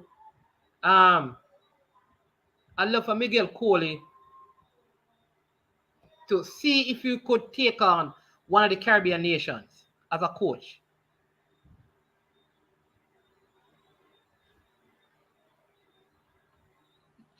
Yeah, all right. So good comment. I understand what you're saying, that if the coach agree with the local players, what is to be done? I think that is what you're saying. All right, so here's what I'm saying. The first thing, I'm not saying that the coach is right. Remember that I tell you that a lot of this he has to take responsibility for in terms of what has transpired and how to fix it. But what I believe he needs to do as well, as a coach of the team, is to work with mediators to bring unity. Here's why. I think we need to bring unity first, and then if we're going to make a coaching change. Because if you divide what is divided, you're going to leave with less. All right? So I am saying, if you have a whole, you cut it in two, now you have two halves. If you further cut it, you have problems. So why not bring the two halves back together, make a whole, and then you make a decision to remove where is necessary. That's all I'm saying. Maybe that is the pathway. And then if we're going to do that, I think any local coach you get is going to cause conflict, because these positions comes with pressure, brother. I tell you that. Why you think there's such conflict in the presidency and the leadership of the JFF? Because they are put in place by people in the parishes. And the people in the parishes are put in place by the clubs in the parishes. So if I vote for the parish president, I mean ensure him win the election. You know him have to help me squeeze through my transfer. And the corruption and the madness continues. So maybe we need to look at who we can get from overseas if we are going to make a coaching change. What if the captain and the coach are the roots of the problem? Oh, gee. No. Ian, help me answer that one. Help me answer that one. If the root of the problem is the two leaders, or the two persons who are supposed to be the leaders on match day, the leaders at the training sessions, then dog, nyam, we supper. Unless they decide to change. I'd love to hear what the suggestion would be from some of the persons in the comment section. But Mr. Campbell, if this is the case and they don't want to stand down from their position, all I can say is, dog, I got near with supper. And like I think it was one who said that he'll be supporting Brazil, or was it you, Ian, in the World Cup? You're absolutely right. That's what I'm saying. How is it allowed in the... This is what I can't understand. How some of these things are allowed in... You can imagine... Just think about it. Cristiano Ronaldo is at Manchester United. Recently signed. All right, let's not use Cristiano Ronaldo. Let's use Leon Bailey. Just gone to Aston Villa. All right? He's at Aston Villa. And Leon Bailey scores. And he runs to the corner flag expecting his teammates. And everybody turns away from him and walks in the next direction. Then Ali Watkinson score. And then all the teammates run over to him. How do you think Leon Bailey would feel? That would mean, this is where I'm saying that the coach has to step in, and the captain. And if the captain is a part of this, then the coach has to step in. And if the coach doesn't step in, the coach has to step out. I don't know.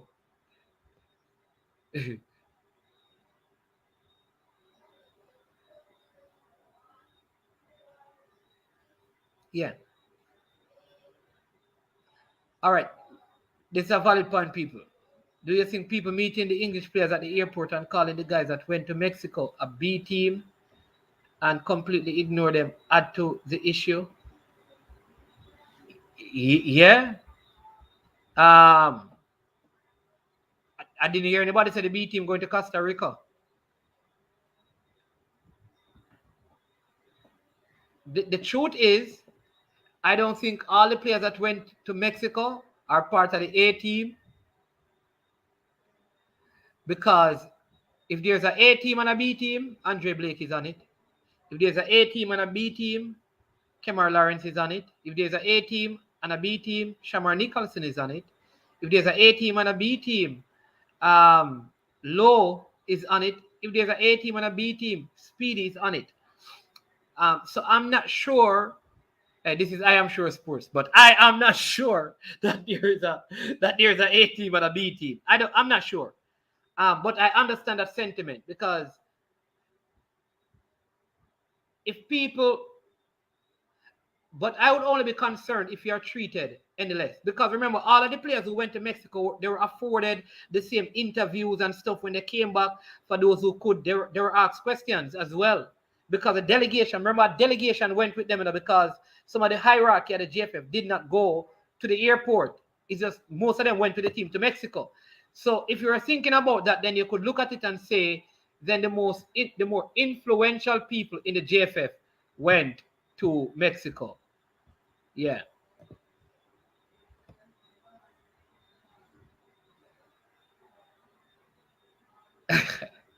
Fresh God. All right, Fresh God. I soon get back. Travis Fessa. All right. I soon get back to you here, Fresh God. I'm going to respond to that. All right. Ian Campbell, Brazil for life, brother. Okay. All right. This overseas dilemma between overseas born and local makes no sense. Majority of the local players are living overseas.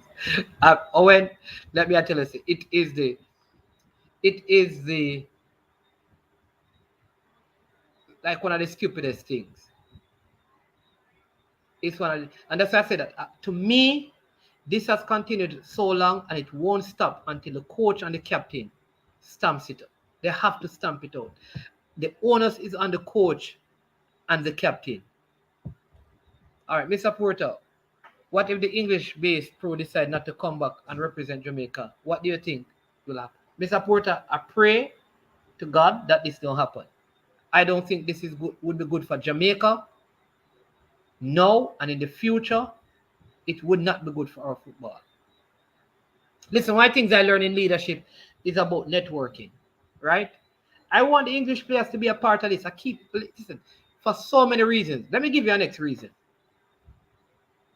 I want to play with Liam Moore, who is the captain at his club. So that when he goes back to his club, he said, man, I played a centre back. I can't understand how this guy. Hey, you need to take a look at him. I saw this youngster. That is important. That's one reason. The second reason is some of these players aspire to go and play in England. Can you imagine if Andre Gray, he just got transferred, and the club that he's transferred to, I think Queen's Park, I think it's Queen's Park, I'm not sure, somebody can correct me, calls up Junior Fleming and say Andre Gray is carrying any sort of resentment and is unprofessional in this country. You see how these things can cause conflict? Because we never know where life is going to take us. So I think whatever needs to be done with Porter must be done, because we need these players. I think we need Mikel Antonio. This is me personally. We need Liam Moore. We need Ethan Pinnock. We need Kemar Roof. We need Daniel Johnson. We need Bobby Reed. We need Adrian Mariappa. We need them. We need Ravel Morrison. Who else I'm forgetting? I'm calling those who have played already. We need the Wes Harding, right? But I also believe we need Damian Lowe. I also believe we need Shamar Nicholson. I also believe we need Speedy. I also believe we need Kebar. I also believe we need Javane Brown and others. And so I don't think one can exist without the other. And so that's why I'm doing this, because I want the players to take initiative. I want the players to take the initiative. I want the coach to take initiative. Okay, some of the vloggers add to the problem by choosing sides and hyping up certain players. Yeah, well, here's the thing. Listen, hey, you see this player hype thing? It's just football talk, you know. Ishi, you know this? When you used to come and watch me at Concert Spring and the rest of us playing, you used to hype us up. When we listen to your talk, we think we are the greatest thing.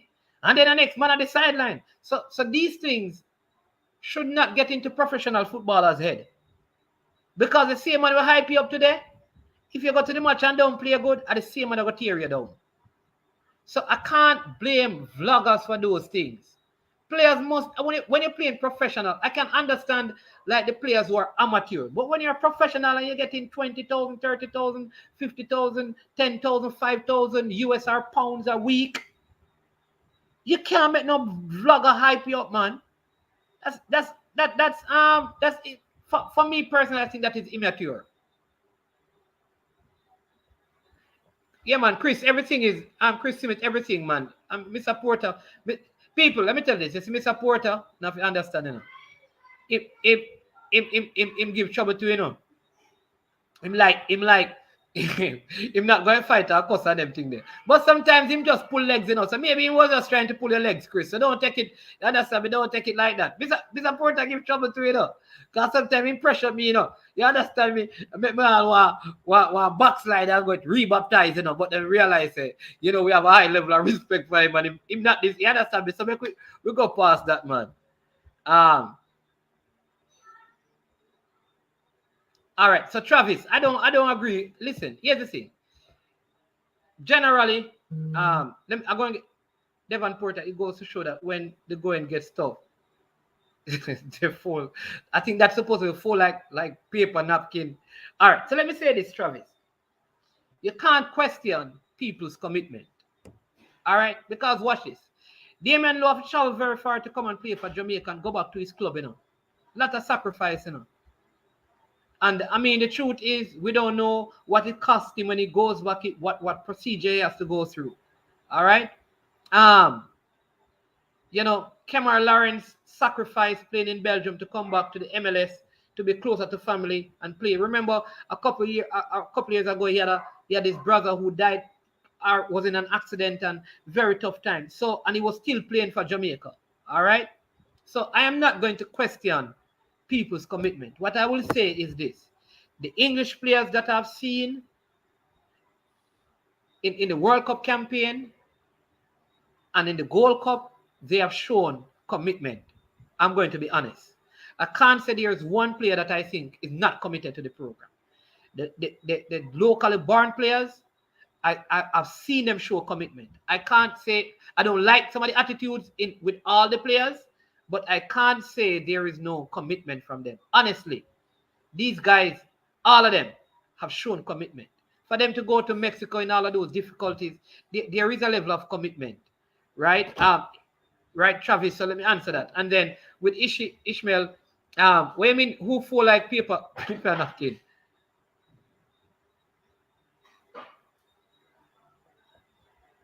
And tell the man fall like paper napkin. Who is that now?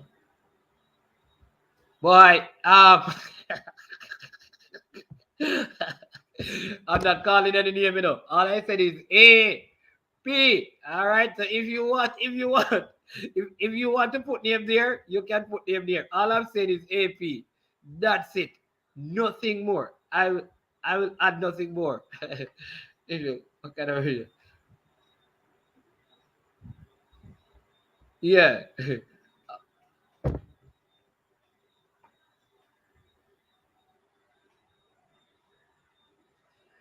Oh, Lord of mercy. Hey, these guys are detectives, You understand me? These guys are detectives. Yeah, man. I think that player, I'll say this. He's one of the players that I think they need to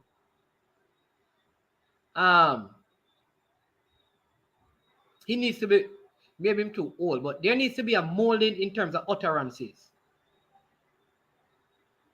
Right? And I think that has taken away from his game. In fact, you know what is funny? Check out his final years at Portland Timbers,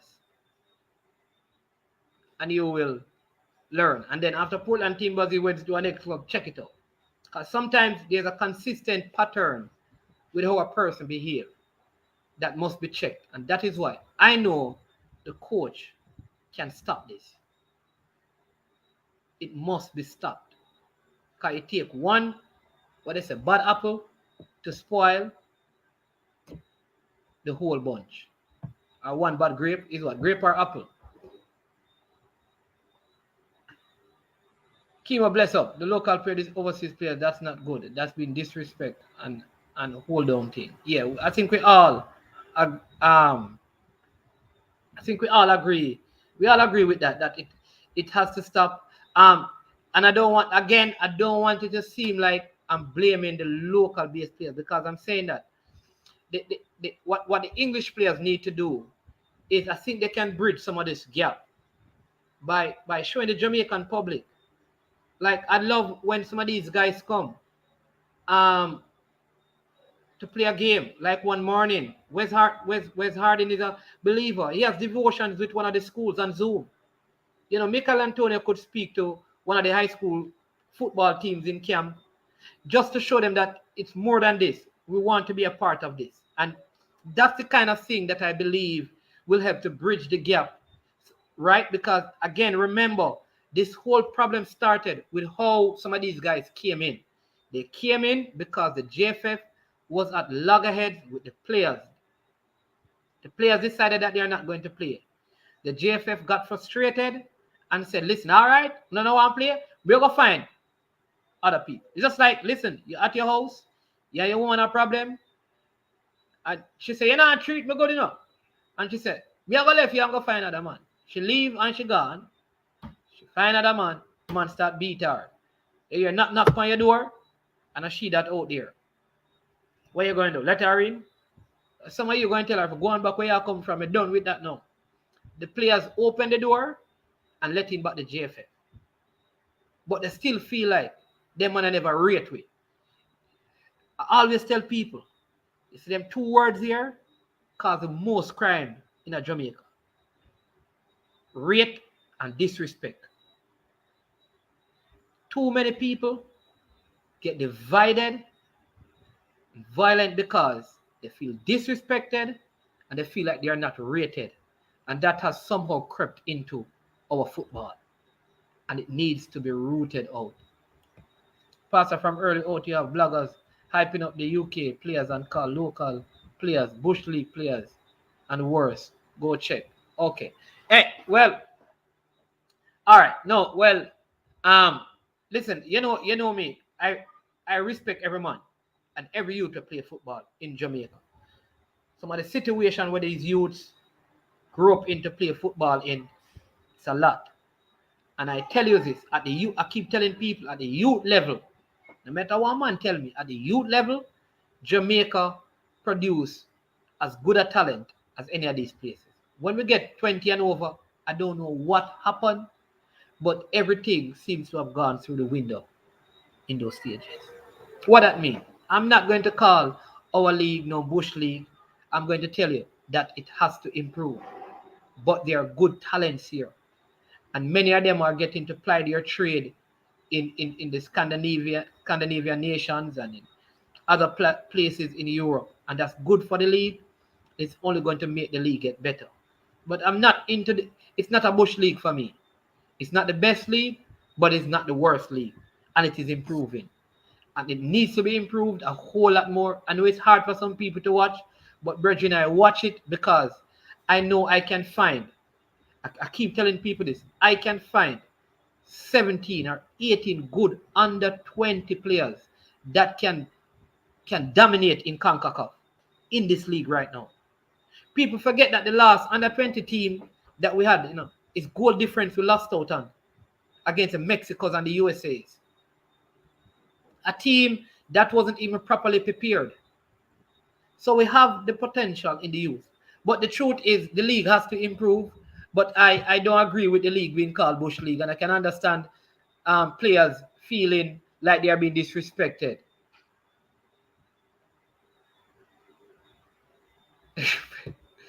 Chingsu was one of the young players invited to France 98. All right, everybody checking out. Everybody keep asking who was the third keeper that went to the World Cup 1998? I think everybody trying to figure out that. All right. I see one more comment here from how many of these players are way better, really? Way better and have that passion. All right. So let me give you an example. I think right now, let me give you an issue. I'm going to be honest with you now. Liam Moore, let me give you the four best centre backs in Jamaica right now. When I say in Jamaica, I mean Jamaican. Not that they live in Jamaica or play in Jamaica. Lowe, Pinnock, Moore, and Mariappa. 4. 3 of those play their trade in England. All right?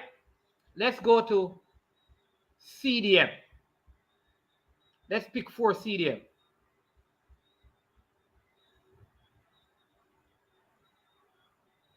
Anthony Grant, Speedy Williams, Kevin Stewart. Kevin Stewart haven't even played yet. That's it. All right? If you go up front, you have Shamar. The truth is, Mikel Antonio on form is a better forward than Shamar. Shamar is coming into his own. He's still a young player, Still has a lot of potential. But in terms of center forward, is there one better than Mikel Antonio? And to be honest, is there one better than Gray? He may be old, but is there? Let's look on the flanks. All right, is Fleming really better than Bobby Reed? Let us be honest.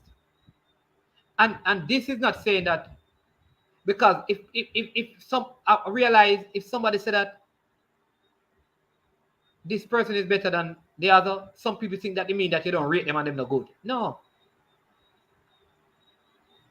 Is it, so when you look at the squad, if you look at left back, all right, let's give Kemar Lawrence. But there's a guy called Greg Lee that was excellent in his first game for Jamaica. All right, you could say that Taxi is better than Amari Bell. But after that, who else do we have? It's Amari Bell or Greg Lee. You go to right back. Really? Is Alvas Powell right now our best right back? So I'm saying when you really look at it, the players need other players. They must be honest with themselves. Ishmael, they must be honest with themselves that they don't have enough quality. They may say, well, we're going to fight for this. But the other players don't have enough chance to fight yet.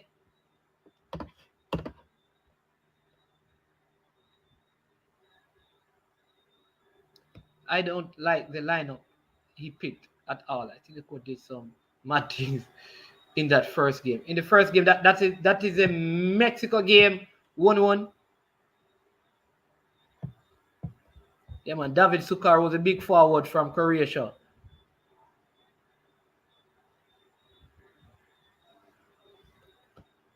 Do we have a chaplain for the Reggae Boys? We need an independent person to try.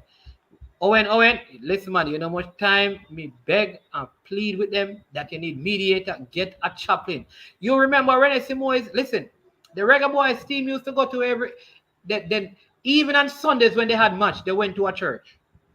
I am saying that it's so easy for them to have gone to church, because the thing online, they could have all gone to a church online, brother, and make a pastor pray for them or something. Well, listen, I don't know that they didn't, but I don't believe that there is a chaplain with the team right now. I don't know all the details. If anybody else know otherwise, please, you can let me know. Let me see this. Fresh got someone think them reach, bro, and that's pulling them back. MLS ain't it. If you're not playing EPL and La Liga or any. Yeah, that is true, Jason Ferran. But we are the cause of it. You know why?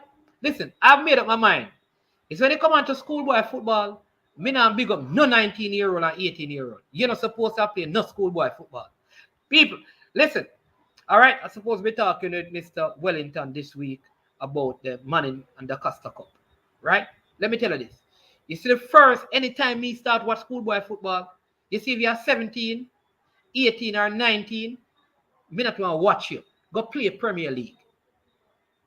I listen, we need to, when you see a 19-year-old play a schoolboy and score 6 and 7 and 8 and 9, want to play against some 15-year-old, what you think? You're not supposed to play in that league, brother. So that I agree with. That some of these guys, them get a contract to go to the USL, and the man feel like they reach the top of the world. USL a Bramble League. And if that is your hope, I remember in high school I had a literature teacher. He said, Stan, you need to aim for the sky. Because if you aim for the sky and you fall, you may land in a tree. But if you aim for the tree, you go land on the ground. These guys are trying to get to the USL. So Jason Ferran, you're right, brother.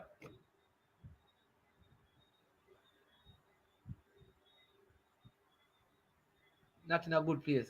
Do not like ugly. We need different. Be supporter. Every supporter, I agree with you. We need divine intervention. We need divine intervention. Yeah. But the coaches need to be a part of this thing, bro. The coaches need to. I remember I have a friend they play ball, the Bronx League that a lot of the players normally come up to. And let me tell you, if you listen to the players when they come overseas and they're playing in the little summer Bronx League and all of these different leagues in the tri-state area, if you listen to some of the things they say, some of the high school ones coming out of high school, I'm not going to call them name, but the coach tell them when they come train, they say, no, man, you don't have to train. What you do? Me, I tell you that. I'm not going to call the footballers' name. But there are some footballers that were big in schoolboy football. And when they come over there, brother, and you hear them talk, I'm telling you, the people say, them say that the coach tell them they don't have to train, them can do anything they want to do. And everybody else have to train. These are some of the things that affect the mentality of the young players? How many have educated themselves on CONCACAF and how hard it is to play here? Yeah, but whose job is that? Who is job? Ishmael. If I am playing in England and you call me to come play for Jamaica, you supposed to tell me.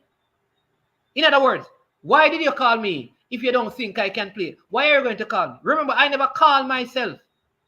We talk sometimes like these guys decide, okay, I'm going to come play for Jamaica. I'm going to jump in the team. No, they didn't. Who called them? And why did you call them? And if you're going to call them to play in CONCACAF, you need to educate them on CONCACAF. That is the job of the leadership, not the players. When you want the players then can go study book and read about CONCACAF and watch team and scout team. The coach needs to do that and say, listen, Mikhail, these men, you don't have enough time on the ball. They're going to grab you, they're going to punch you, they're going to kick you. When I go to a team anywhere, when I used to play football, man, anywhere I go, the first team man tell man, I say, hey, you see that man there? Danger man, you see them you there? Yo, them man, they will bust your lace.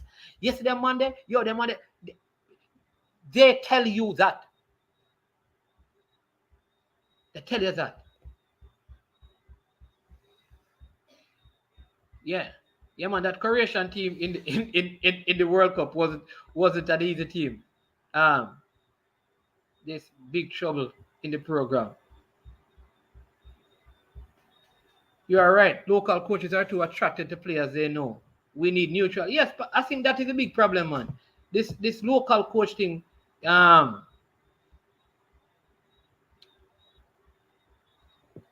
This local coach thing gonna have conflict of interest, I believe. Very easy, in my opinion, but you need someone that understands where both sides are coming from to bring both sides together. Exactly one. That's why you need a professional. You need someone who gonna have a meeting with the players in England and have a meeting, an open, honest discussion, and then bring both of them together. Bring both of them together. But that has to take place, and if that doesn't take place, listen, unfortunately, talent alone not going to take us there.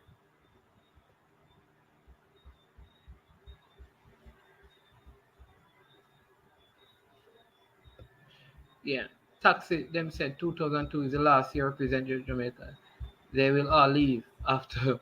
But the thing is that will we be able to put together such a good or talented group of players again? Will we?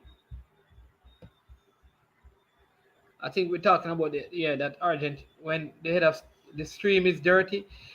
And as I said at the beginning, because there's this unity at the top, because where there's no vision, there's going to be division. And until that is dealt with, we're going to keep having problems. Do you know that Japan has not missed a World Cup since that time? Nor Croatia, nor Argentina. Every team in Jamaica zone has not missed the World Cup since 1998. If they have somebody tell me. But if memory serves me right, Japan has made every World Cup since 1998. And so has Croatia.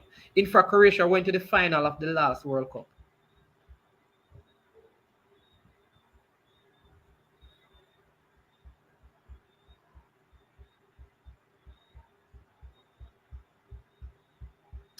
Boy. So what must we do, Fresh God? I hope by this conversation, like I said, that we can at least give some advice, because I think really if people come together, and meet, it can work out. That's what I'm saying. There was no B team. I don't think there is no B team argument. Owen. People just assumed that and said that, but I don't think it was a real thing out there. Yeah, that's what I'm saying. I don't know if there was this big thing about B team. No USL players. And you know that Ian, I always respect your thoughts and things, but I don't want to be an extremist to say no players from here, because the truth is that every now and then you can find a gem. You can find a gem in the worst sometimes leagues playing. But it shouldn't be a common practice. That I will agree with. That we recruit from USL and the local league. It shouldn't be a common practice, but there are gems all around. Just like how Ian Pepe Goodison was a gem playing in the lower leagues. You know, you have the right person, they can spot some talents that you have never seen. There was a footballer who got called for Jamaica. Some of you probably don't know this name. They used to call him Dirtsman. Call him Wayne Walker. I mean, was a very good midfielder, but was playing in some lower leagues, came through Star Cosmos. And some coach, I forget his name, one of the overseas coach came and found him. So you normally have, every now and then, you have some very good ballers that pop up, you know, out of the lower leagues. So I wouldn't say no, but I'm saying it shouldn't be the major era of recruitment. Somebody else is saying, football family, there was a lot of talk about them being a B team. By who though? It's just, listen, all right, so sometimes when you go on streams and all of those things, the truth is that people in the comments are saying things, and I think those are the things that we take and say that it is widespread enough. But when you talk about, you never heard that on TV, you never heard that from any of the coaches in Jamaica, any player in Jamaica. It's really on these platforms, in the comment sections, you probably hear some people say that, and we say that people saying it, you know, to be really honest. Even if the public was excited about Antonio coming, wasn't that justified? The guy is doing well. Of course. Listen, I was excited. I was excited about Antonio coming.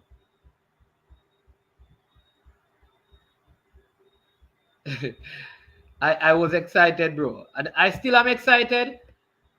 You know, when are we getting proper feel for drugs?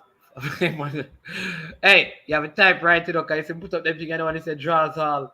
Next thing we say them thing, my wife hear me talk about draws and I'm also drugs all, brother. Last time I was in Jamaica, went by, didn't look too good, bro. No, man. All right, so here's the thing. You can't see the Draxal field from outside anymore. So probably you saw so Draxal have an A field and a B field now, because remember Mount Pleasant took over Draxal. Draxal is one of the few fields in Jamaica that has their own watering system. They have their own watering system where they have their own catchment of water. So their field is very good. It's just they have stands and lights, all of that. They have lights and things, but some of the stands are not properly built because of how small the space is. Yeah. So, yeah, man. But the field is all right. All right. So let me take some more comments and things, and then I'm excited now. I realize the top is. Boy, I have to keep my excitement, you know, because I have nothing else. In the Gold Cup, he said Nana should be in the champion. Yeah, that's what I'm saying. I think this is it. If I am a local player, Bridget, you know, I want Mason Greenwood come play. Because, Bridget, I want to drop some ball, make Mason Greenwood so when he go back to Manchester and go top ball. So I don't understand how the local players, especially the younger one, would not want to play with better players. Because don't you think if Mikel Antonio is playing, the West Ham coach is going to watch, you know. If Mason Greenwood is playing, don't you think Olegun Solskjaer may be watching? Because they have interest in the thing. Come on, that's what I say. When people don't have vision, because remember, you know, sight and vision are different, you know. Everybody can see, but not everybody has vision. And I want the players to get vision. Not just see, but have vision. I want McGee and the Junior Fleming and the Walker, the Peter Lee Vassell, the younger ones, the Ajani Talbots. Like when they hear that the Mason said that Mason Holgate, these big ballers, they want to come. Yeah, man, listen to them, man, that we want to play with. Walker should be saying, bring them in, man, come on, take on them, man, in a training and done them. So when they go back to their clubs, they speak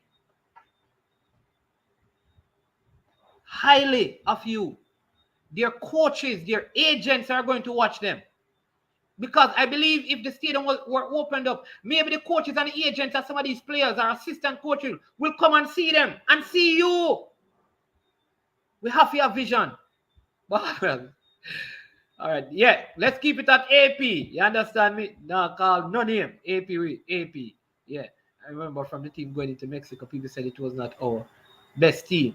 So many people were get beaten. All right, it wasn't our best. Yeah, right. I think that is what happened.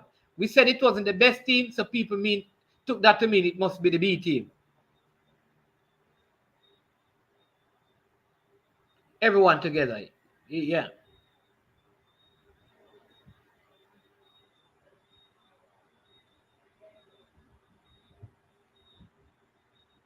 Yeah. And this has to be, I think what Ishmael was saying is that long term, if we can get all our top players playing in top leagues, that's better. But right now, we need help. Brethren, we need help. We don't have enough players to do it. We need help. Um,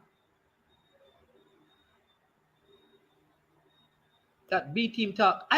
I'm saying that when I hear the B team sing, it's just people in comment because I don't think the responsible people out there. I don't know. Maybe I never hear it, but I don't think so. No, all right. So, no, I don't. I issue. I watch me issue. I agree. No, not because you play in the UK mean that you're better. All right. I don't think the players need to be called bush league ballers. I don't do that. All right. But man, I you see your man called baller wild man, right? You're a footballer. You can't let that affect you. Listen, any man come from country and go a town go play ball. First thing town man said to you, I want to them country baller, yeah, man. I want to them wild man from country. You can't let that get to you. When you start operating at a professional level in the football, you can't let them things that get to you, man. Can't let them things that get to you.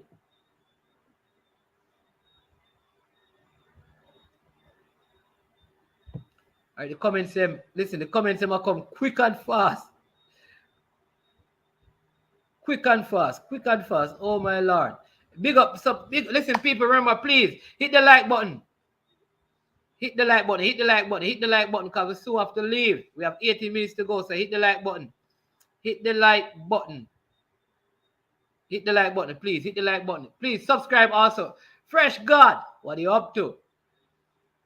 If you have not yet subscribed, also please subscribe to the channel. All right, Neo, let me hear what you said. I want to hear stories of the UK guys networking with your local and US based counterparts regarding agents, team opportunities, and experience. I need the locals to teach UK about. Exactly. There has to be networking. That's a new business model. Network. Like that's what I'm saying. If I if I were in the team right now, if I love to be playing football right now with people like Mikel Antonio and Kemaru, because I'm saying, man, who is your agent? Would you be willing to take me on? Because I don't have an agent. I need to change agent. I'd love to play in Scotland. I'd love to play. This is the kind of thing that I want because I believe out of the 1998 campaign, remember, I know many of the players ended up all Ananda Lowe, Walter Boyd, Theodore, Pepe, a lot of these guys, Bibi, a lot of these guys. And then after that, you had like years after year, you had people getting to go away. People forget like all Omar Daly. Some of you don't know Omar Daly. These it opens doors. So even that's what I'm saying that. Is it that you want to play or you want the team to excel and get to the World Cup? What is most important to you? Yes, you can have both, but what is more important? Not playing and not going, or not playing at the expense of the team getting to the World Cup and you being in it. I choose to even sit on the bench and we get to the World Cup.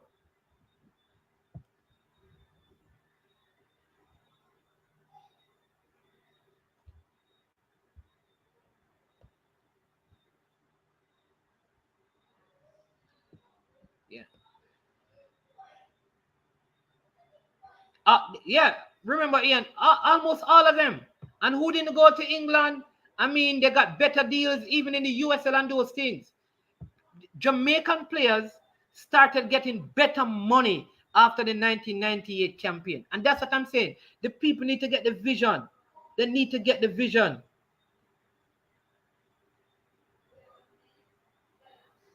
Yeah, listen. All right, I can tell you this, bro. Like, about the West Ham commentators and all of these things. Listen, when before Mikel Antonio come, they were asking Southgate to call him. The truth is, we need to understand that the press in England don't want some of these guys to play for Jamaica, even if they're not going to play for England. We have to understand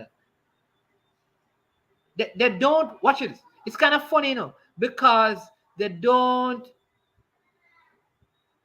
want the players to play for Jamaica, but they don't want them to play for England. So I don't buy into some of these comments that these people make.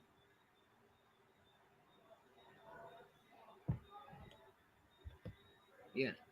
These guys need more icebreaker.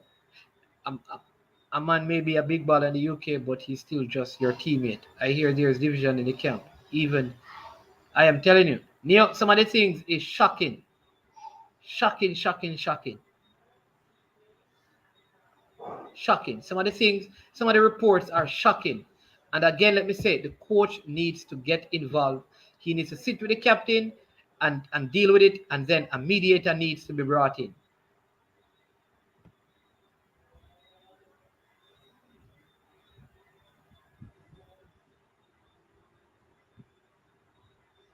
During the standoff between the JFF and the players, if the JFF had called up 7 new local players instead of the English players, would there have been a problem? I think there would have been a problem, because what you would find, listen, maybe it's a good thing that never happened, because some of the players will be upset. Say, "Oi, how we not go play, we not go play. Hey boy, this is not this big baller."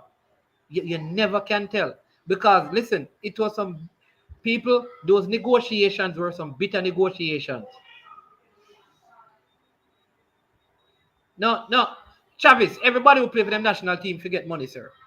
That means if you represent the country, brother, even if a Jackson you represent the country, you forget a look of money, brother. Me not agree with man. Yeah, you will do it if you don't get no money. But you ever get some money in your pocket, brother, your career. Where freeness I got, Travis. Where freeness I go. Where is freeness? Listen, there are certain things. Listen, I don't have a problem with players asking for more money, but it must be reasonable, and the negotiation must be respectful. But I don't agree that a mother and a father must send their child to school and have them develop them career, buy how much football boots for them, and just because it's Jamaica, them supposed to do it free and dead for hungry for the rest of their life. I don't agree with that. If you're representing your country, you're causing the stadiums to be filled, you're bringing your country to the World Cup, brethren, you're supposed to be paid. A workman is worthy of his due, bro. I totally agree. Now, we can talk about the amount that they're supposed to be paid, but they're supposed to be paid. You can't pay them what their clubs are paying them, but the players must be paid. I don't know. That's my thoughts.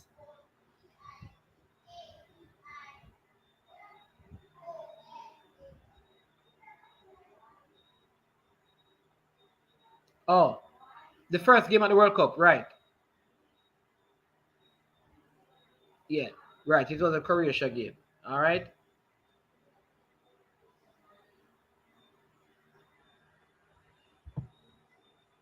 Yeah, but I don't think, Travis, I don't think Lowe was asking the money for himself.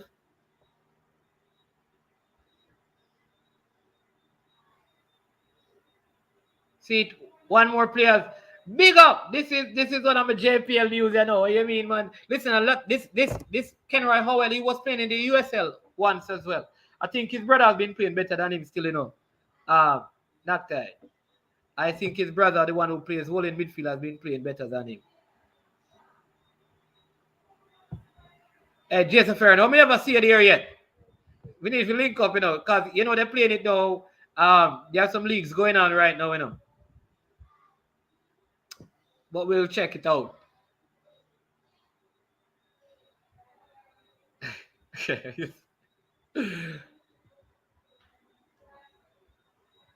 All right.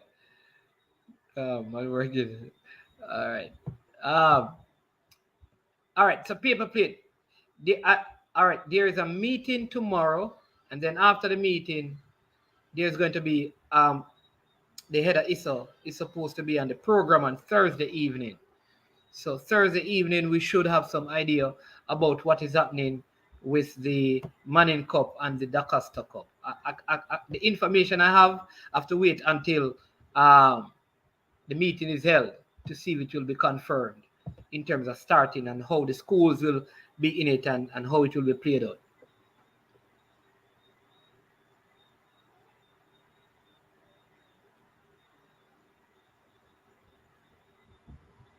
Yeah.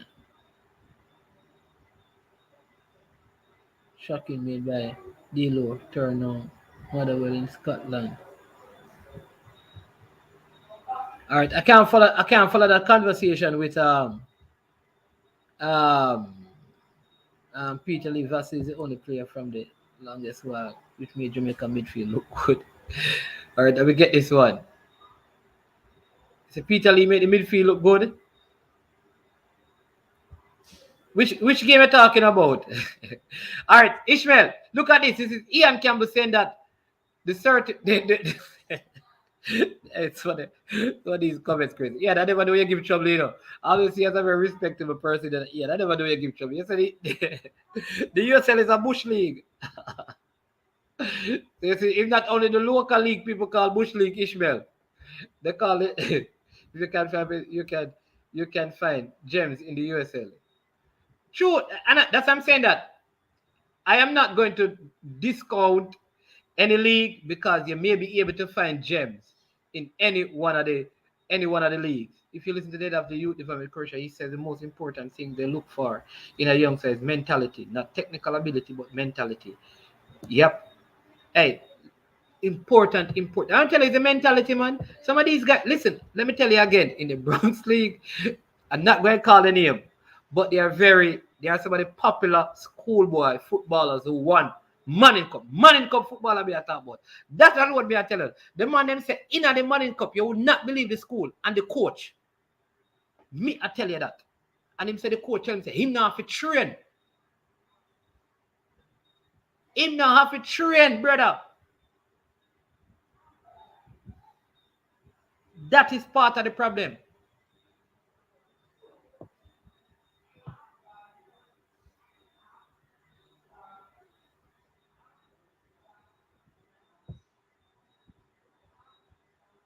Yeah.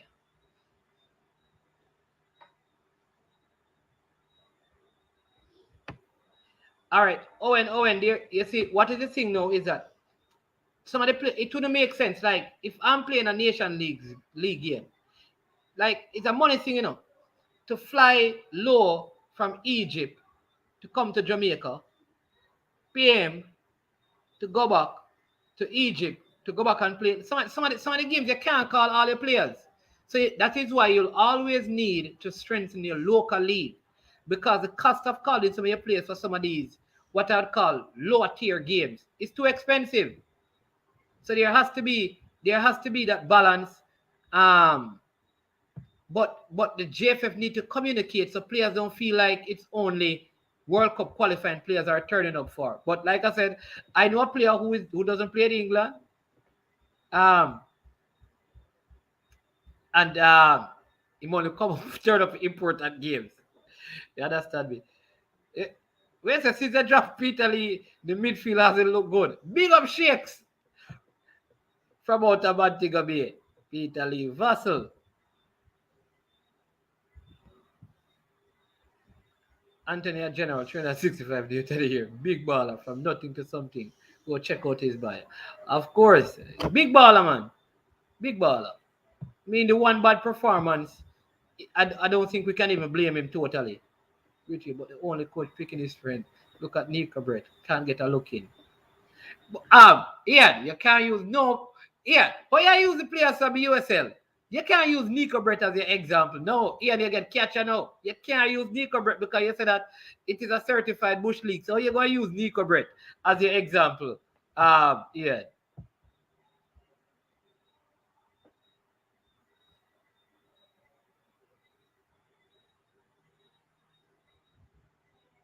Yeah. And I think that is what people are saying, is that he must step on it. And I'm saying that even if you never heard it, it is out there. It is, listen, all right. People, in the stadium, some of you heard this already. In the stadium, the players were warmed up, or the players did their warm up in two groups, two defining groups. I will leave it at that. There were two defining groups in the warm up. Mariappa was a player who could bridge, who could float between groups.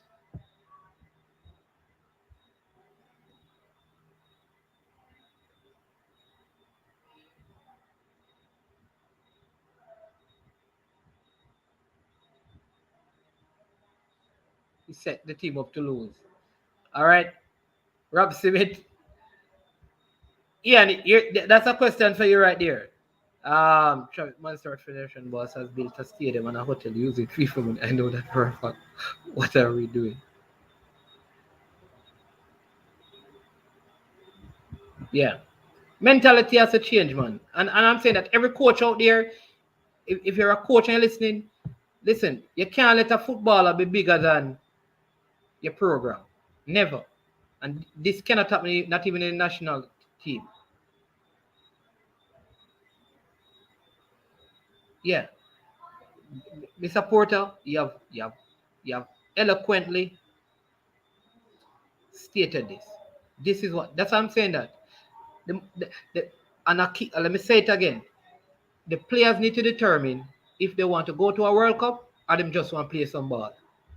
I use my corner league example again. When I used to travel to play corner league, the people wanted their corner to win. That even the man who what we call pay the entry fee for the corner league come off. People used to buy corner league team. Every person buy the jersey. So it's when I leave from all towns, I'm going to play with the Patago League. A man pay for him jersey and then give me it for wear, because for him want we win that Patago Richie Stevenson League. So him can brag and show off, brethren. At the end of the day, the players need to get a big vision that if Jamaica gets to the World Cup, it will be better off for me. And stop focusing on just playing. And that is something that continues from our high school system.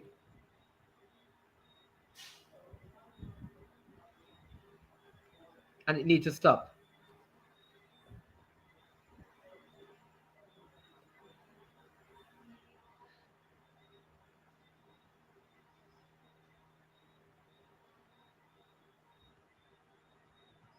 Yeah, that is why I'm saying to people, all right, so this is a good statement, Ali James. Like, the idea, like, you can't look at the games and say the team that played in Jamaica was worse. No. You have to look at setup, instruction, direction, coaching time, all of that. Right? And the Panama, I'm saying it again, the Panama team looks to me a way better team than the Costa Rica team. At the same time, I have to commend the players that went to Costa Rica. They got a draw. So I want to commend them. I can't take away from the performance because they got a draw.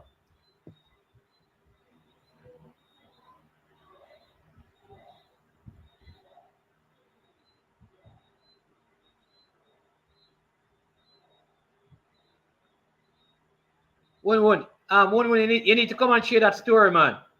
You understand me? Ishmael, you don't know that Ali James. Oh, Ishmael, the squad, Jackman, Gladbus, same man now saying, yeah, that's it. You see anything? You know what is funny? Some of these comments are so genuine and real, because a lot of people were saying, yes, this is, yeah, man, yeah. You know, and then when the team lose, why do man play? Listen, that's why I'm saying that footballers can't listen and coach can't listen to fans, you know, because fans at the end of the game, As long as you win, the fans don't really care who play. They care who play at the start of the game, but if you win the game, it don't matter to them. And win them want to win. Oh, what you mean, Fresh God? So you know, Omar Rattadale, big midfielder. Them not know them baller here. People forget say them wanna benefit from the 1998 World Cup campaign. Many Jamaican footballers benefited from that. Yeah.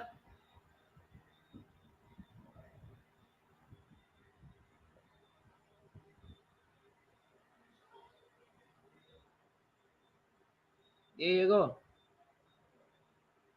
There you go. Start with the captain, man. The captain and the coach needs to meet first. Then they need to meet with the local born players, meet with the English players, and then bring everybody together and bring in a mediator. I'm telling you, we need that. All right, yeah, we're coming to an end. Listen, I want to thank. We have a few minutes to go. We're supposed to finish 2:30, so it's 2:30 now. So we have a few minutes to go. I want to thank all of you for coming on. Really, really, really. There are so many comments. You understand me? And Fresh God not helping me out, You understand me? Nah, help me out, people. Yeah. All right, Jason. Listen, when we back home, we have to go. You understand me? We have to go link up. That's a problem. We're going to show it and thing. Anytime the leagues them play again, because we're going to bring over some ballers and everything. All right, bossy? Listen, there are so many comments, but I want to again thank all of you for coming on. Very, very good discussion that we have. And I think the clear pathway that we are all suggesting in terms of the national team right now is simple. Their needs. I am so upset because these guys are trying to destroy Jamaica. Yeah, I can understand, but we have to have hope. I always tell people, like, listen, some of you have heard me. If you listen to me, I always try to drop some nugget out there. My nugget, you see, where experience don't meet expectation, fill the gap with trust. And I'm going to trust that all players want good. And so my suggestion is they heed the advice that so many of us have given and come together. But let me start with where I started today. There has to be a clear vision from the leadership. The JFF, the head of the JFF, must have a clear vision about what we want to accomplish leading up to the Qatar World Cup and what that vision looks like. Because if there's no vision, there's going to be division. The coach, by some of the things that he was trying to help with, I believe has caused some complication in the relationship between the federation, the players, and now the players and the players. We're not going to call them local, right? The players and the players. They're factions. And so what must be done? It starts with the GFF taking responsibility. Must take responsibility and admit that we don't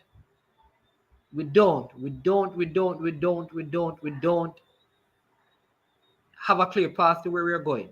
We're going to do that now. And here is the plan. And everybody must come together with this plan or come together under this plan. All right? Number one. Then the coach, and I keep saying this, and Andre Blake must meet together with a mediator and admit that there are some problems. They are going to meet with all of the local players out of the 60 or the 70 who have signed contract. All right? Then they must meet with all the English players, those who have come and played, those who want to play, and those who they would love to come and play, if not now, in the future. When that is done, everybody needs to come together to one meeting. And you see, after that, any man cannot comply, he needs to leave. And I think, like some of those discussions, the public must be privy to, so we can know who the troublemakers are. Because there are some people in the national team, people, that anytime anybody come from anywhere, that not a part of them clique, them have sour attitude. And we can't deal with the bad mind in the thing. If that is not done, I am sure that we lose in the next 3 games. Let me say it again. We need all the players. We have need for Ethan Pinnock in the same way we have need for Damian Lowe. We need Antonio the same way we need Shamar Nicholson. All 4 are important to the program because it's a long campaign with many variables.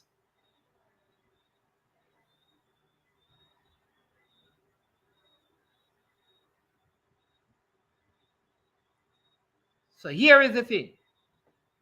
Players, what do you want to do? Do you want to play some ball or you want to qualify for the World Cup?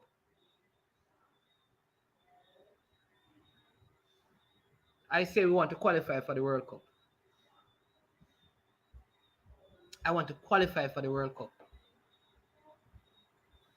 I'd rather rub the bench, watch this, for the next 12 games and go to the World Cup than play the 90 minutes in the next 12 games and don't go to the World Cup. Rather rub the bench. Because I know if I get to the World Cup, doors are open. We cannot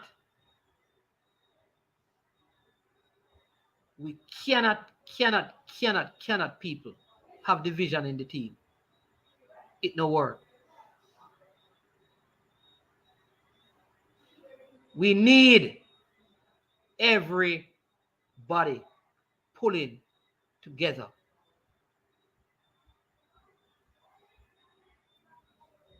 I will say this. If you have the ear, and let me challenge the English players. So the next time you come to Jamaica, because some Jamaican can't understand it, you know. So let me help you. I'm a philanthropist in some of my things. You know. So the next time you come to Jamaica, you don't have to bring no expensive things. If you can bring some football, if you can't bring them, say, hey, which school can I talk to some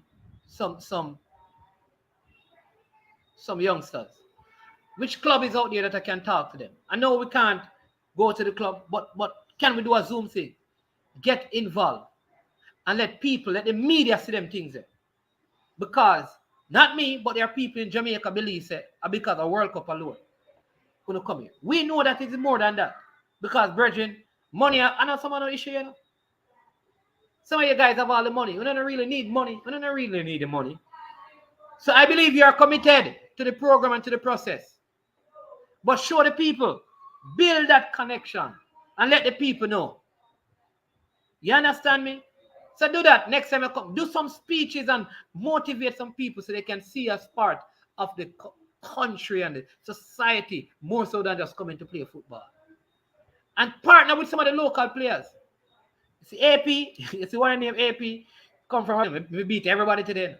But I want to say to the fans, don't lose hope. When the first round finished, the last time we got to the World Cup, 5 points from 5 games. And we still made it. The circumstances are different now. But it is still possible. So I want to thank you for your time. Remember, Thursday we meet with Mr. Ellington, Keith Wellington of ISA to talk about schoolboy football. And Thursday, what it's going to be like. So looking forward to that. I mean, listen, stay safe. Social distance. Wear your mask. Sanitize. Before you leave, please hit the like button. Share the video. If you have not yet subscribed, please hit the subscribe button. Again, thank all of you, every single one. I mean, I just going to call it name 1-1, Fresh God, Owen, J. Ross, Mark Chambers, big up. I know you jump on late. Mr. Porter was here. Ian Campbell was here. Ishi was here. Pesa was here. Kevin Brown, bless up. Rob Simit, yeah man. Fresh God, the AI was here. Shatter, but him leave. Pagan 180, bless up yourself. Rob Simit, thank you. Chris Simit as well was also here. Some good comments. Sean Sutherland, respect. Kwame and Bendigo, I think that is. Jairus, bless up, brother. Really love and respect the support. Wayne Thomas, thank you so much. Richard Stewart, what you're here, congrats. Yeah, man, much. Richard, I never see you, man. Hey, Richard, you never even link me. Come on, Richard, man. You got to do better than that, my friend. All right, big up to Richard. Necktie, bless up. Teddy Lee, respect, yeah, man. Respect. So many of you. See, we can get some more names. Brownman Security, Team Cataract, respect, yeah, sir. Respect. Hey, please tell Cataract to me that beat him here. I'm just kidding. Patrick Riley, the coach, bless up yourself. All right, RY Ironic. Yeah, man. Respect. Anybody else? I know there's some more of you, but I just said go. We can't get to everybody. But blessings, everyone. And yeah, man, we'll talk again. Yeah, so Thursday, Keith Wellington. Paper plate. Hey, below. Paper plate. A Pyrex dish we use. We don't need paper plate. Be a Pyrex dish we use. No more paper plate. Where paper plate will go? You mash up the environment, man. Pyrex dish. Pyrex dish, we saying. All right. So everybody take care. Yeah, man. Bless up. Fresh God. Bless up, man. Respect.